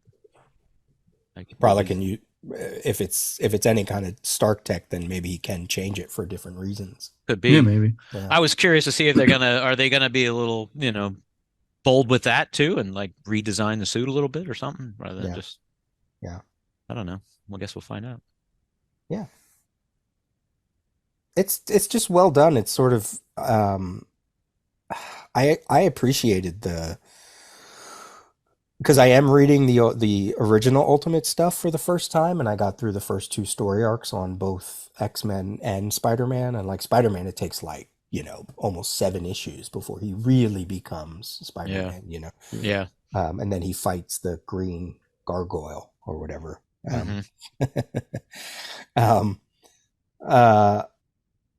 And is it the first issue that ends with him sticking to the ceiling on the top, right? I think that's how the first issue ends. I can't remember. Familiar.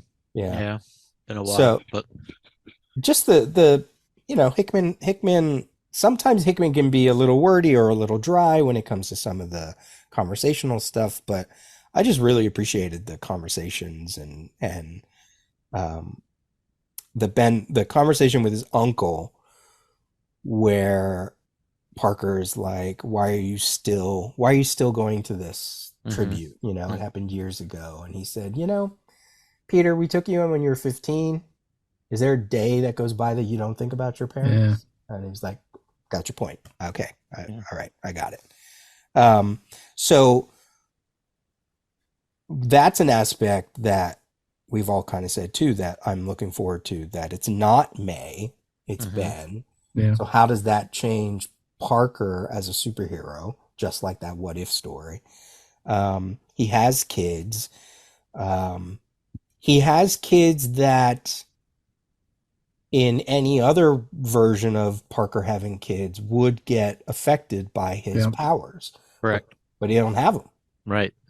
So do these kids, are they going to be involved in any way? Or could this escalate into that kind of territory? So like I didn't, when I was reading it and he had that interaction with Mary Jane, and he, in the beginning of the issue, she asks him, like, was it a quality sleep or didn't get much sleep? And he was kind of like a little both. And I thought that was kind of a hint at him being a superhero, that, okay, he's Spider-Man. And then obviously you read all that and he's not. And then at the end, they had that other exchange, and he said about doing, going and doing the whatever it was, and she was like, is this going to affect our relationship? And he's like, never. She's like, then go get him, Tiger, Yeah, but he's still not Spider-Man. And I was like, oh, I thought that's what they were talking about again, that's what I thought too. so I was like, wow, okay. So, it's something that um I like the way he's playing with it, I like the way he plays with those subtle little Yeah. Because exchanges and when you get to the reveal, you can go back and reread the issue and it becomes a whole other sort of yeah. read, because now because all that he found out all of that information the night before. So that's Right. why, so you go back and reread it and you're like, oh, okay, now you see all the patterns of what he's going through. So, I and mean, yes, of okay. course, MJ's life is going to change. We have how many years of Spider-Man comics to prove that? So. Right. All right. 62. Yeah, I wasn't. I mean, when I first heard they were doing the Ultimate Universe again, I was like, really? Like what? What's going to be so different about it? And obviously, he answered that question. So Yeah. I'm glad to see that they, if they were going to go down this quote unquote alley again, that they were going to make it worthwhile and unique. And it clearly shows that that's what I believe they're doing. And when I saw 44 pages, I'm like, oh, is this going to be a slog to get through? And yeah, before you knew it, you were done, and everything was well paced, well placed. Yeah, I thoroughly enjoyed it.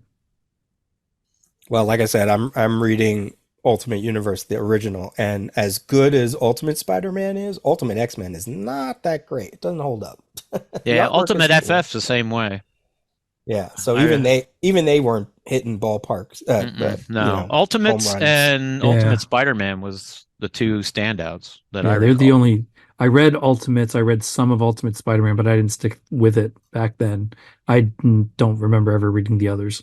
I remember Kevin, we were talking about when the Ultimate Captain Marvel was coming into play, and you liked that costume, the green costume, and all that, and yeah, but the whole Galactus story, yeah, that was cool. I thought that was well done, and it was unique and different, and I feel if you're going to do something like this, that's paramount. I don't want to see just some slight variation. Yeah, do something different, do something unique, and I like that they did. Like you said with Captain Marvel, that they altered his name a bit, and kind of altered his origin and gave him a completely different costume, but all of it was cool, and I really enjoyed that. I would like to have seen that explored more further, but they never did. Kevin, it's the new Daredevil series issue 1. Matt is a priest. He is a priest. That's why. Okay. Yeah. So like that's like the spin. Curious to see what they do with that. Like, is he really a priest, or is it is he? I mean, I read the first issue. It took me a minute I had to go pull it up on the app again because I'm like, did I read that? Forget. No, it was only like 3 weeks ago, and I've already totally forgot. But yeah, he's totally a priest. So, curious to see how that unfolds. Hmm. Like, I didn't know if that would be like a ruse, and as a cover, or if this is something that really has some sustenance and meaning behind. I presume that's what it will be. It was a pretty cool issue though. Like, I'm waiting for. There's some interesting things that happen in here. I don't want to give it away in case you want to read it or whatever. But, I'll check into. I haven't read all the other stuff yet, so the Chip Zdarsky and. Yeah, neither did I. I just sort of. This popped up on the app. It was number 1. I'm like, all right, I'll just jump in. Yeah, I figured that's something eventually I'll check out because again, I love Mark Cicchetto's artwork, so for that, at least it's worth perusing. So I figured a trade here and there and give it a shot, see what it's like. I kind of like that duality, though. I mean, it's so on the nose. By day he's a priest, by night he's a devil. That's great. That's cool. That's okay, sure. Certainly a twist on things. Yeah. Because it was always the lawyer by day, vigilante at night, with that moral context of the Catholic upbringing. Yeah. Now that's front and center. So that is the dichotomy. Yeah. Playing off that. We could do some more comic talk here. I threw out just to see, not that we read these issues, but just that if anybody had any thoughts.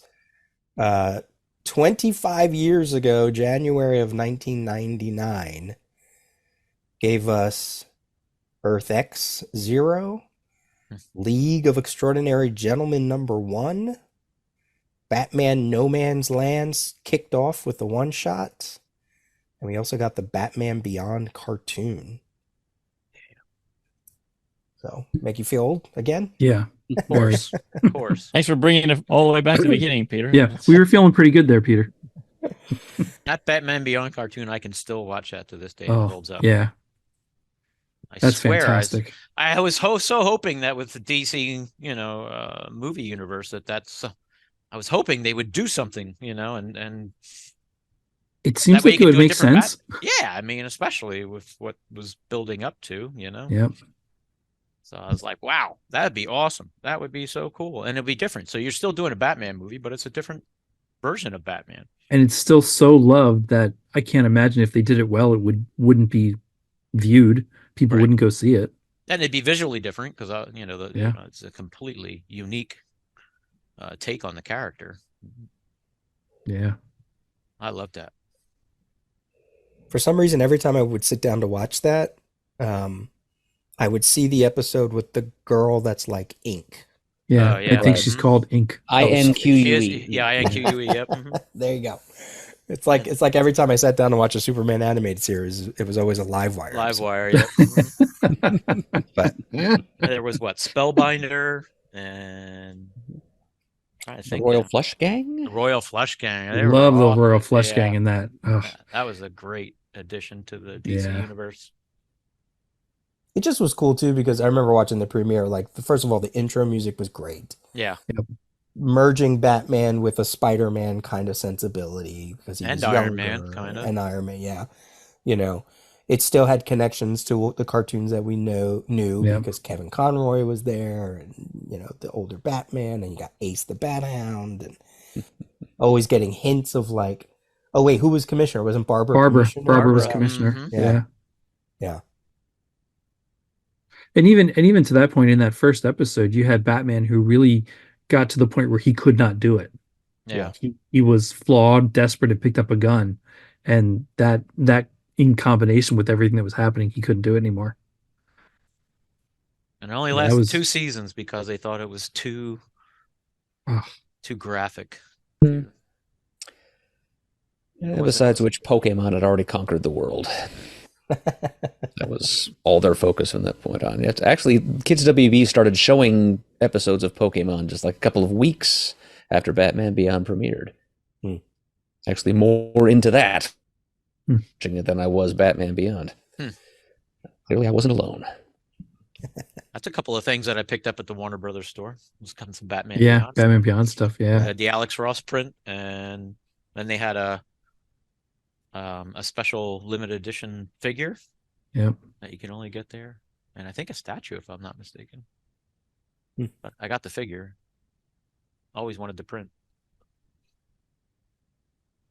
I have not read Earth X in a long time, but Oh man, that trilogy, Earth X, was it Earth Paradise Universe or Earth Universe Paradise? Earth Universe Paradise. Yeah, Okay, yeah. there you go. Yeah, just like in Dante's Divine Comedy, Paradise comes last. Okay, Yeah. okay. I don't think I made it past Earth X. I didn't read the other two. I read the first 2. I didn't read the end. I didn't read the last. Yeah, I don't think I got through Paradise either. I don't think I even finished Universe. We're not worthy for paradise. None of us got there. I never even read Earth X. Oh, it's good. I have it, but I never read it. I don't know. I- I think I read like an issue, and I was like, I don't know. And it didn't suck me in. It was hard for me to get through that. I didn't like it as much as I liked like Kingdom Come when that was the big talk. Right. John Paul Leone artwork. Yeah, yeah. I think that, yeah, because he really pushed the ideas of what we know of these characters, like making Scott Summers Mr. S instead of a Mr. X or Professor X, making him sort of like a version of that. What were some of the other twists? Like, was it Ghost Rider was merged with Daredevil, kind of, I think. Yeah, he was a circus performer or something like that. Yeah. And it was all these kind of like things got comboed. Like Namor, if he went out of water, would burn like the Human Torch would. Right, You know? because he killed Johnny Storm, and so Franklin cursed him as a result that half of his wow. body would always be on fire. Yeah. And You the know. Venom spider person was Yeah. was May May Parker. May Parker, and she had the symbiote. Yeah. So it was like, it was almost like It was like an doing Ultimate like, Universe. I mean, there's a yeah, couple. or like doing like an amalgamation, or but Yeah. within one universe as opposed to another universe, two Yeah. universes. You know. Like most of the Avengers were dead, and Tony Stark, in his guilt, built metal men versions of the Avengers, his Iron Avengers. Yeah. And that Earth X was mostly a conflict with the young boy, right? Like with the Red Skull, or what was he called? I forget what he was called. Just the skull, I The think. Skull. Yeah, the Okay. skull. And then Universe X was the really cool one. I don't want to give it away, but that had to do with like Celestials and explaining Galactus to a larger degree, and I thought that was actually pretty interesting. Yeah, I was really pretty impressed the way Ross and his co-writer and storyteller Jim Kruger were able to integrate so many different decades worth of disparate storytelling and weave them together into something like a unified theory of the Marvel universe, which involved, as you say, Peter, the Celestials and Galactus's whole raison d'etre. Like, I was surprised at how well they were able to fit many different concepts that were never meant to mesh together, that have been produced by many different creators in many different circumstances in Marvel over the years, and put them all together into one big cosmic narrative. One unified cosmology. Yeah. I think as good as the John Paul Leon artwork was on Earth X, made it a tiny bit difficult to keep track of like who was what, and He had that very. I mean, I don't know how to describe it other than what comes to mind is blocky. A lot of heavy inks. So wasn't hyper detailed, and so yes, like I know what you mean.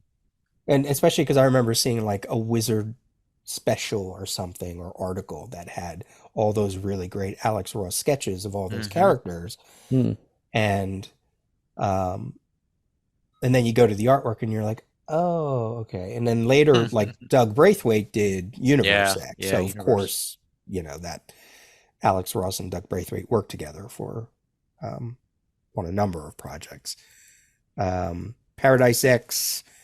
The only thing I know about is, what is it, like death is conquered, so everybody's like alive, and I don't remember anything beyond that. So Earth X is good though. It is a good read. I think the first, they're worth reading. League of Extraordinary Gentlemen, that speaks for itself. I mean, I never finished it, but what an amazing piece of work that was. Yeah, I read the first series. I didn't read much of what came after, but that first one was really good. And then Batman No Man's Land was actually pretty great. That was a good time to read Batman comics. Just coming off of the cataclysm, a big earthquake in Gotham, and then the United States government decides to close Gotham off, and they're like, hey, you better get out because we're closing the city. And then all the different areas getting divided by the different villains or different characters, and God, that went on for a while. Yeah, and that was what was really good about that, was that it had some lasting effects for a while. I think it should have lasted a little bit longer, but just the fact that they did it at all for a time period was really good. Yeah. Because who was writing? That was also Lex Luthor was coming in to help rebuild Gotham. Yep.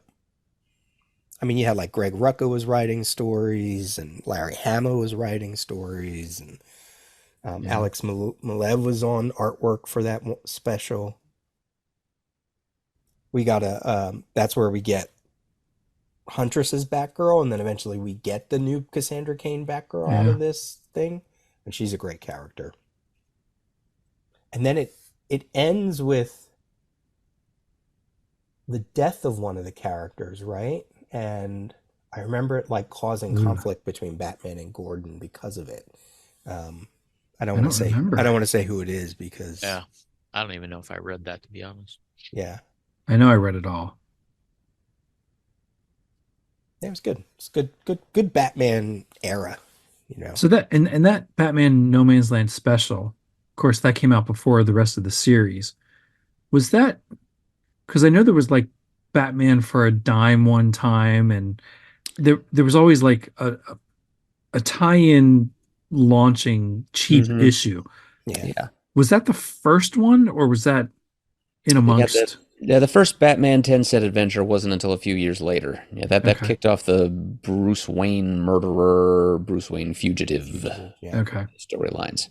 Who killed Vesper Fairchild? I think it was. Mhm. I think that was the character. Right. Yeah.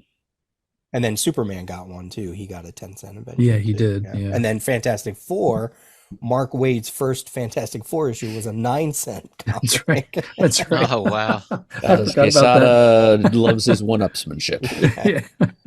That's right. It's like, it even says like on the cover, the cheapest comic Yeah. ever. Crazy. Has anybody seen Godzilla -1? Not yet. Not yet. I wish I had. Oh my God. I'm hearing such good things about it. That and the TV show with Kurt Russell and his son. Monarch, I haven't started yet, but I'm Hazel gonna and I start. just finished it tonight. It Okay. was great. I haven't started it yet, but I did see the movie, and it is brilliant. It is the best thing I've seen in a long time. Wow. And those are two different franchises, right? We're like Monarch. Yes, because Monarch comes off of what they've been doing in the U.S. movies with, right, okay. Kong, A Skull Island, and the Godzilla movies. Well, I'm glad you said that because I thought they were tied together in some way. No, it's Nope. Godzilla. What is the Godzilla Kong movie called? It's the new one. The sequel that's coming out? Yeah. I don't know. I don't remember. No, I saw the trailer for it. -1 is It's a Japanese movie. It is. It's a period piece. It takes place in World War II. Oh, wow. So it is. I mean, and everything about it is brilliant. The acting is brilliant. I've seen it twice now, and it is not dubbed. It's all subtitled. And being a period piece, again, phenomenal. Like, it looks like you're right there. And it is rooted in history. The story is rooted in actual World War II history. So everything about it, costuming, set design, cinematography, acting, story. I mean, it's like a movie within a movie. And the nice thing is it's not just a monster movie.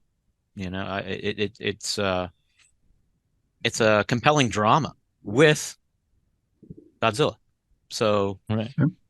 because the second time I went, I took my girlfriend and her son, and she's not familiar with any of that. I mean, she knows of Godzilla, but never really watched any of the movies or anything like that. So, but I was like, I really, I was very anxious to see what she had to say because of not being somebody who's familiar with it and had seen those movies. And she loved it. She was like, this is great. It was such a great story with the human characters with Godzilla. So that's why I call it a movie within a movie. So That's awesome. it is. It's like they epitomized and nailed everything that every Godzilla movie was trying to capture and hasn't. I can't speak highly enough about it. It's really something unique in it of its own. I mean, the first Godzilla movie was kind of like that too. It was. It's very. It's reminiscent of that. I mean, that's what this is kind of like. Now that took place in 54, 55. Which again, I don't know that they ever really established. That was when it was made. I don't know if they really emphasized too much on that. But this obviously is connected to World War II. So yeah, it's cemented and rooted into that history. But I think the latest I saw, it's approaching 100 million in box office worldwide. Wow. And I think it cost 15 million to make. Wow. So I think That's phenomenal. United States alone is like half of that box office. Wow. Gross. So it's doing that. And now what I've heard is it has been re-released in Japan, and it's called, I think, Godzilla instead of -1 called minus color. So it's all black and white. Oh, that'd be neat. And from what I'm hearing, people are actually really loving that. So apparently that's going to be coming to the US very, very soon. Wow. So it's kind of like, to me, it's like they're pushing to get that 100 million mark, and Sure. and get that out of it. But I highly recommend it. Highly recommend it. I've enjoyed that more than any superhero stuff that I have in the past couple of years, and even just in movies in and of itself. 2 thumbs up. That's cool. The new Godzilla Kong is called The New Empire. Yeah, I saw the trailer for it. I'm not, as much as I love Kong, and I love the Godzilla and the Universal horror movies. I saw the trailer for this, and I'm like, I just don't care. You didn't like Godzilla versus Kong? Did you like that one? No. Oh, come That was on! pretty good. It was, yeah. I mean, it's it was worth a watch, but it's like, come on, it's Big, just stupid fun. exactly. That's all. If that's all, if that's what you're looking for, and you're okay with that, which is, I kind of anticipated that going into it. So for a viewing, it was, enjoyable, eye candy, kind of funnish. But now I saw the trailer for the new one, and I'm like, this is, I don't even know what to describe it, because apparently, from what I get, is that I don't know if it's Monarch or, I think it is, or some type of similar scientist kind of thing, and I guess they do something with Kong and make their own Kongs. So there's like multiple Kongs, and then it's like kind of like Godzilla and King Kong have to team up together to fight these Kongs. Like, Yes. get the hell out of here! Come on! No way! And he's got the big axe with the scale on Oh it. yeah. Christ. I love those movies. They are so ridiculous, but they Well, that's what I was talking to her about, because good. I was like, the first Godzilla movie was, obviously they didn't expect to make a franchise out of it, so Yeah. it was its own one-off, but the ones in the '60s, man, they got so freaking hokey, and Yeah, they were Like, afternoon matinee kiddie. oh my god, Yeah. I remember watching them on Saturday afternoons on yeah, it VHF was channels. Son of Godzilla, Oh, yeah. and you had the Yeah. little kid, and then they're like, the real hokey fights, and well, they did the Yeah. one Godzilla versus Kong, and that was so. I was like, oh wow, as at my age, I was like, oh, this is awesome! I can't wait to see it. And I was like, what the hell is this? So they're just following tradition. It's just yeah, following tradition, yeah. that's all. But I did watch a documentary released recently on King Kong and the whole thing, and it explained how they got the rights to that and how they finally or eventually were able to put that together and da da da da da. But yeah, What'd you think of the is it Peter Jackson that did King Kong? The remake? I loved Yeah. it. I What'd you loved think it. of that one? Oh, I loved it. Absolutely loved it. He really, I think what he did to that movie, he gave you more of a humanized version of Kong, where you really kind of got more emotionally attached to that character, to the beast. That was, I think that was his focus. It was synonymous for the Universal horror movies, is that even though that these were quote unquote horror movies and creatures that were to scare you, that you empathized with them, and that was what kind of was unique about it. And Kong was that. Kong was symbolization of nature and man interfering with nature and trying to control nature, and so that's, as a kid when I first saw it, and I was just dumbfounded by how beautiful and how unique that story was. And then as I got older, and I still appreciate it even more every time I watched it. And I did. I always it's a movie. I always say it's one of my favorite movies that I can't watch, because I can't watch the end. I still get choked up watching it. And Peter Jackson's version even more so, because the interactions with him and Naomi Watts, you get more emotion and out of the character, and it makes it even more, for me, devastating. But Yeah, I enjoyed it. I did watch the Peter Jackson one. That was good. Because he's respectful to it. That's something that, he's respectful to the original, so he didn't try to overdo it. It's not like the '70s one, with Jeff Bridges, Obviously the technology is completely different, but I mean, outside of that, because that was like Charles Grodin and Jessica Lange, was it? Jessica Lange, yep, and Jeff Bridges, and Adam, anyway. were you giving a sour face to the Peter Jackson Kong before Kevin started? What was that? I didn't see the virtue in it that Kevin did. Let's just put it that way. Okay. I had to check out, if I hadn't before, the ape and the woman going ice skating together in Central Park was just a bridge too far for me. It was a little much, as was Jack Black. But, yeah. Jack Black doing Orson Welles. Yeah. But yeah. I will say, when I saw it in the movie theater, the plane fight on top of the Empire State Building, I got vertigo. Like, I was like, whoa. Some of the passes I thought were really great. I mean, the fight scenes were phenomenal. Him fighting a T-Rex, multiple T-Rexes, and then they put in those scenes that were.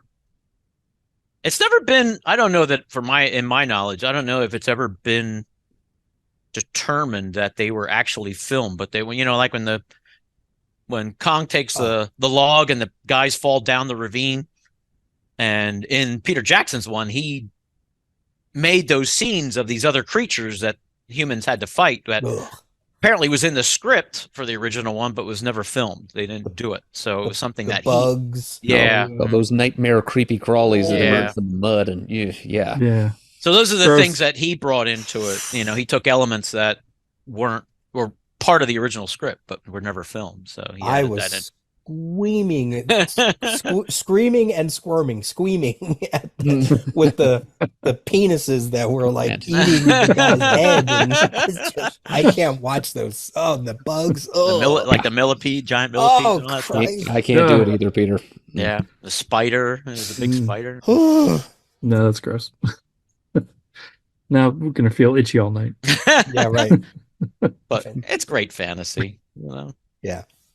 I'm gonna skip that next one. I have to draw the line somewhere. Speaking of Japanese stuff, I started reading Zom 100. It's a manga. It's kind of a ridiculous, but I'm finding it endlessly entertaining. So it's like a zombie apocalypse, right? The way it starts, like the main character, he's got this like dead end job where his boss is just a cruel bastard, and he just works him overtime. And when he finally comes home, he just sleeps in a daze, and his life is nothing but sleeping for a few short hours, then going back to work and just working till he can't take it and coming home. Anyway, so he wakes up one morning and like the zombie apocalypse has happened, and he's like, hey, I don't have to go to work. This is great. And so he hangs out in his apartment, he like cleans his apartment for the first time in 6 months, and he's like, oh, this is so wonderful. But then he like runs out of food, and then he's like, oh shit, I gotta go outside now, and there's zombies everywhere. But like he risks it to go to the convenience store to get a whole bunch of beer. He's like, I can just drink all day and watch movies, and it's like completely ridiculous. And so then he makes a bucket list of like the top 100 things that he wants to do that he never got to do because he was just a slave to work for, since he got out of college 4 years ago or whatever. And so now he's going to finally do all the things. And then he goes off on these adventures amidst the zombie apocalypse, doing. And it's really over the top ridiculous. But like I said, it's like, I can't help but be like, yeah, I want to read more, so. When you get the Viz app, I mean, it's $1.99 a month. Wow. Wow. And you get all the stuff. It's like, okay, I mean, for $2, like, wow. I come That's a lot of content. Yeah. Now, it's not everything Viz publishes, and they also have the Shonen Jump app, which is like a lot of your bigger titles, right? Your One Piece and all that stuff. And that's a separate subscription, but that's only $3 a month. So together, the two is $5 a month, right? So it's like, all right, that's a lot of content now for $5, right? So I actually have a subscription to both of them because Hazel reads some stuff and I read some stuff. And, so I'm trying to get my money's worth by like just reading. And I just decided to check that one out. And I was like, yeah, all right. I'm going to keep reading. Wow. I'm like 13 chapters into it now. I can't help myself. So That's great though. Good for them. Yeah. I mean, that's really, like if anyone was curious about One Piece, it's like, okay, for $3 a month, you could read One Piece. There's 1,000 chapters or whatever. It's like, yeah. Yeah. Like That's you sweet. can't even buy one comic for $3, right? So Right. No. like, give it a Right. shot, and like Dragon Ball Z and My Hero Academia and what's the other big Naruto? Like they're all on there, and that's all included in your $3 a month. So like you could Jeez. go nuts. Do they have the old stuff too, like Crying Freeman and all that kind of stuff? No, like that's that doesn't Dark Horse like have the license to that, I think. Oh, And that must have switched then, because originally that wasn't Dark Horse. Because I used to have those. Those were like, I don't well, I mean, I'm just asking. Obviously, when not those I'm came not out, sure. I forget. I remember collecting all those, and they were like they were like Baxters, That's how each issue was. It was like a square bound, and there was so Maybe many it's not. volumes. But Yeah. I thought that was Viz. But It's not on the app. okay, I mean that is quite a few years ago. So Yeah. But anyway, there's a lot of stuff on those apps, like, and you don't have to read a lot till you get your money's worth. I mean, considering if you bought those volumes, like they're all Yeah. like at least $10 a volume. Mhm. So you could subscribe for several months before, depending on which app it's in. Yeah. Wow. I had no idea it was that cheap. It's great. It's almost like, why do you even charge me? It's so cheap. It's like, but I'm happy to give them some money because I wouldn't be reading this if I had to buy it, right? Yeah. Like that's just not. But it's a distraction. It's fun.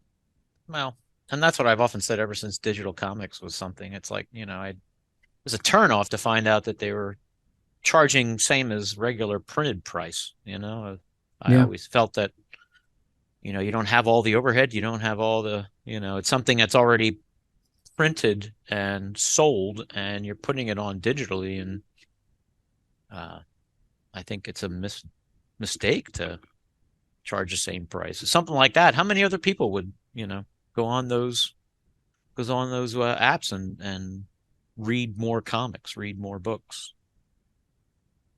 Well, I mean, especially because we know like the economics of it, right? Like if the comic store is getting a roughly a 50% discount on the comic.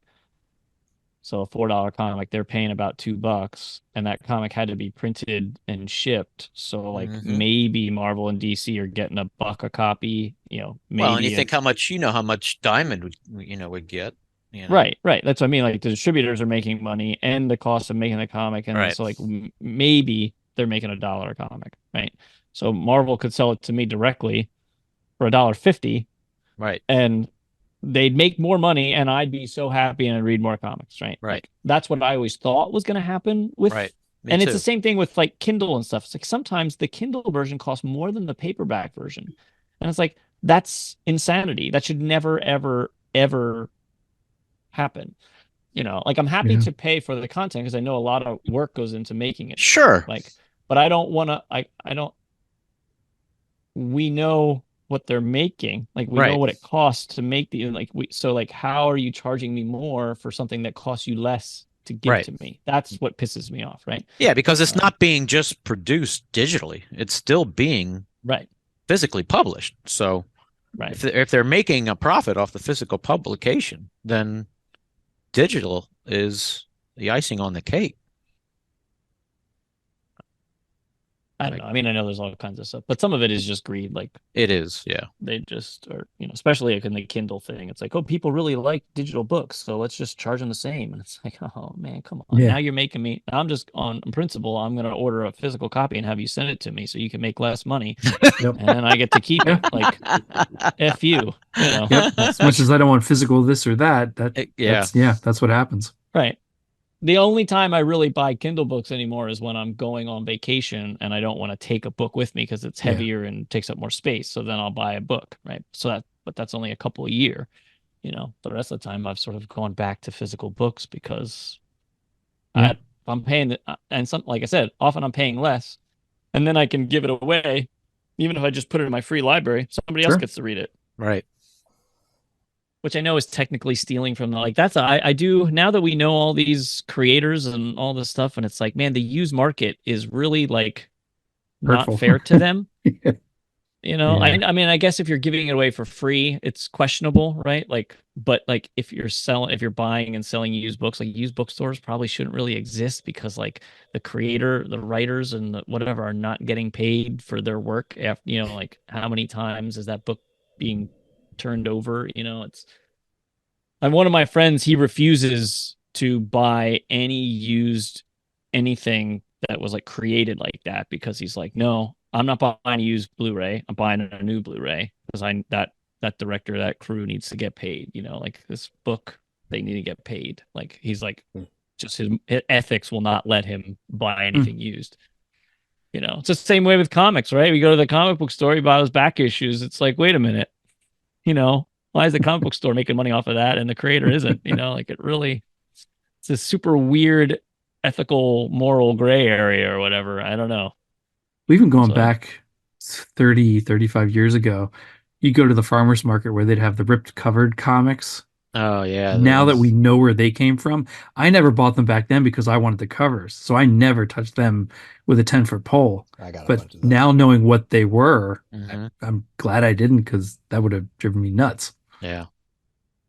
well, DC's doing that now, right? Like Clara has to rip covers off of books every week or whatever when Ugh. they, you know, and they go right in the dumpster.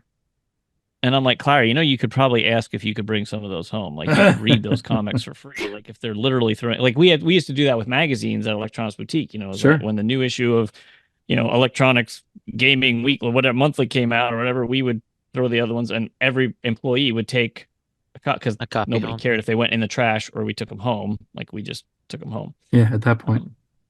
You know, so Now, is that because they're returning to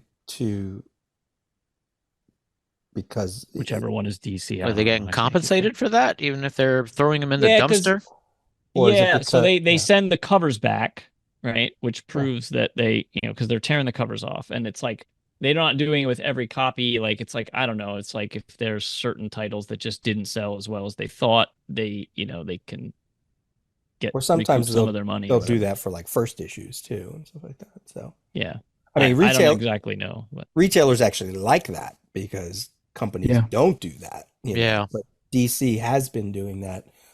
I remember them doing that years ago. I didn't know if they were Mhm. still doing that, so that's interesting. Yeah. Yeah.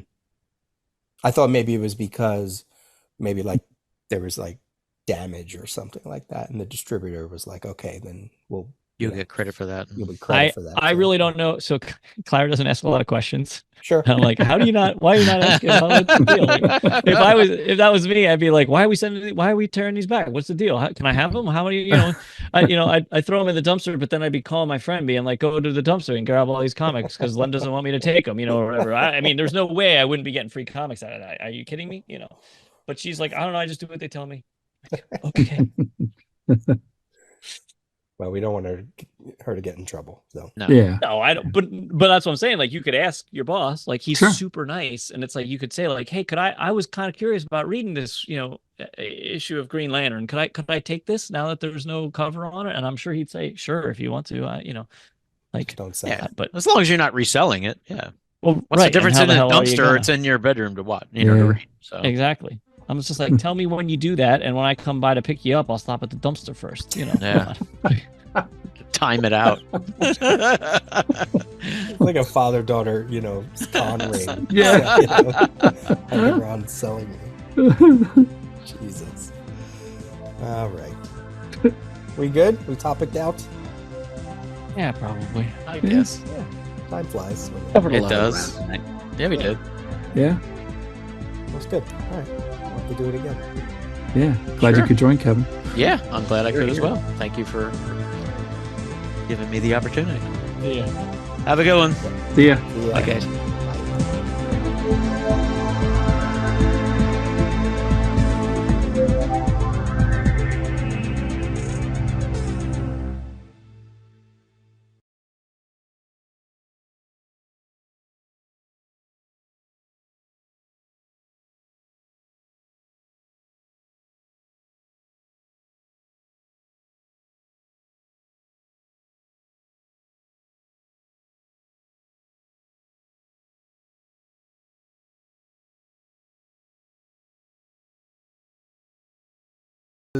It's the 50th anniversary this month. Did you watch Happy Days? Let's ask that first, right?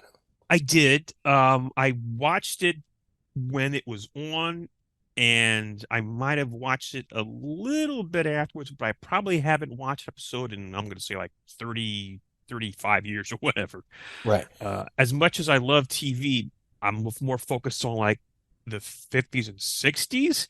Right. Despite the fact of growing up in the 70s, I haven't really revisited too much of that pop culture stuff. So that's what I wondered. I wondered, because I know you're not quite up to the 70s, I mean, I watched it when it aired, maybe once or twice afterwards, but okay. I think I know enough to get by. We'll see how. Hopefully, I won't jump the shark. Ha ha, hee hee ha. Oh, oh. Did you do any research? I did not do any research. Okay. It was like, I knew I wanted to just be on the up and up, but just some things I hard to avoid certain things. Sure. Okay. All right. So let's start. How many seasons did Happy Days run?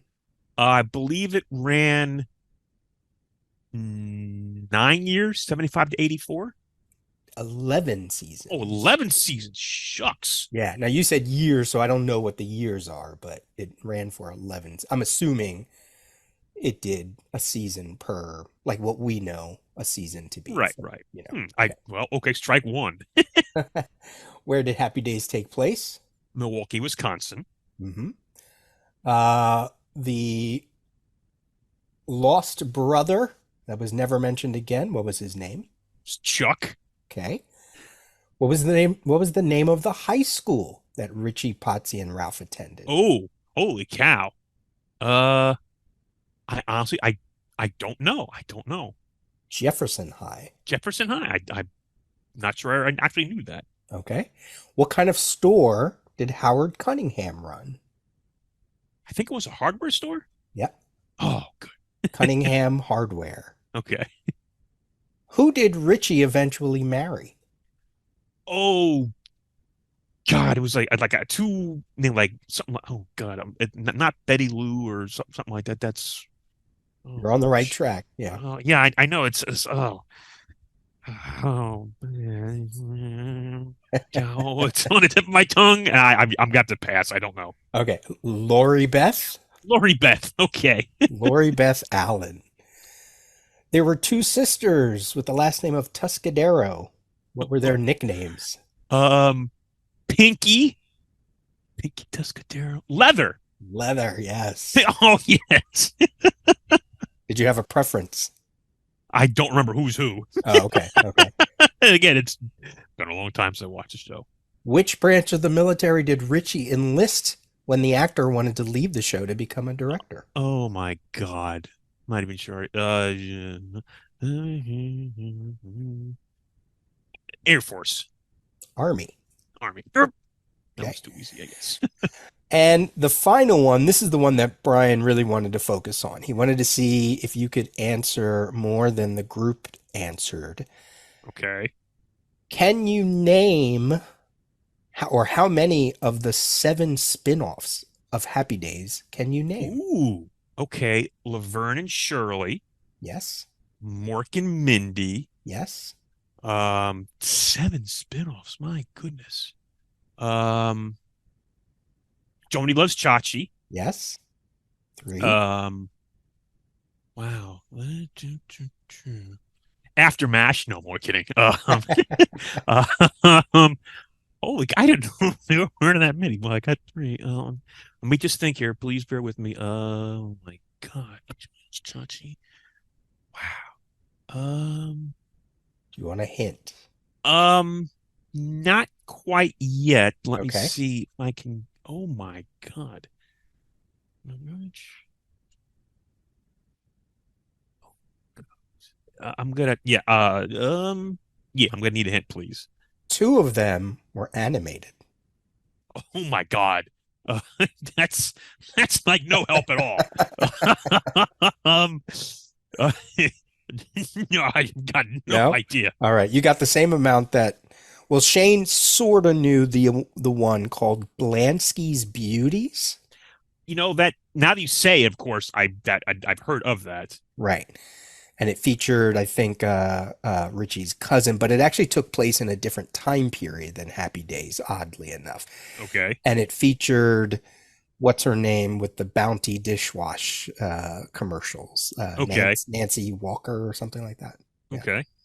The other one was called Out of the Blue, which is controversial because it actually aired before the main characters showed up a week later on Happy Days. So there's some controversy about Okay. whether it's really a spinoff. And that has like a really trippy synopsis that, you can look up. The two animated ones are The Fonz and the Happy Days Gang, Okay. and Laverne and Shirley with the Fonz. I did not know those answers. Wow. Yeah. Adam mentioned that he remembered seeing them. You know how comics had the cartoon Oh, sure. spread? Yeah. Yeah. This wasn't one of the questions, but I just threw this in here. There were two spin-off pilots that never went to full shows. Any idea on what they were? Never went to full shows.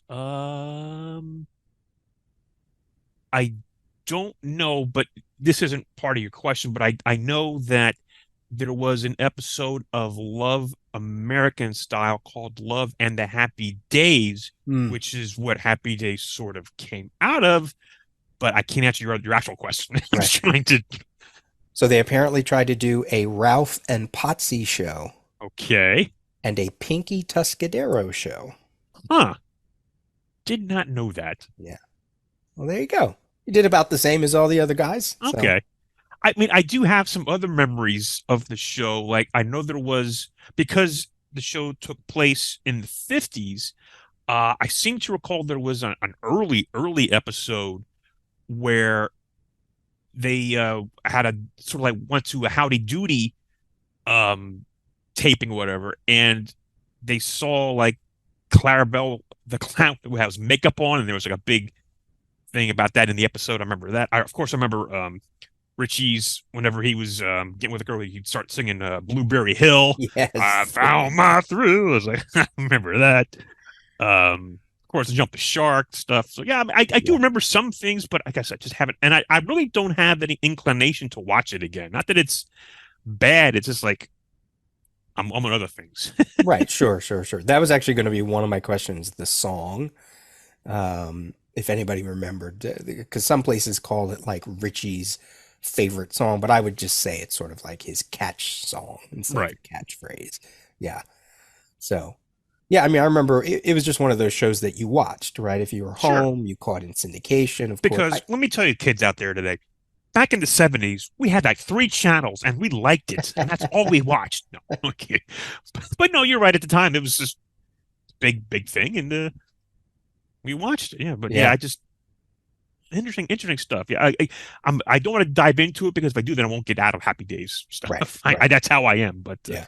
I think I probably watched Laverne and Shirley more than I watched, or I remember them at least. I don't know why. Maybe it's less characters, it's more of a situational comedy, so, yeah. Good. Okay.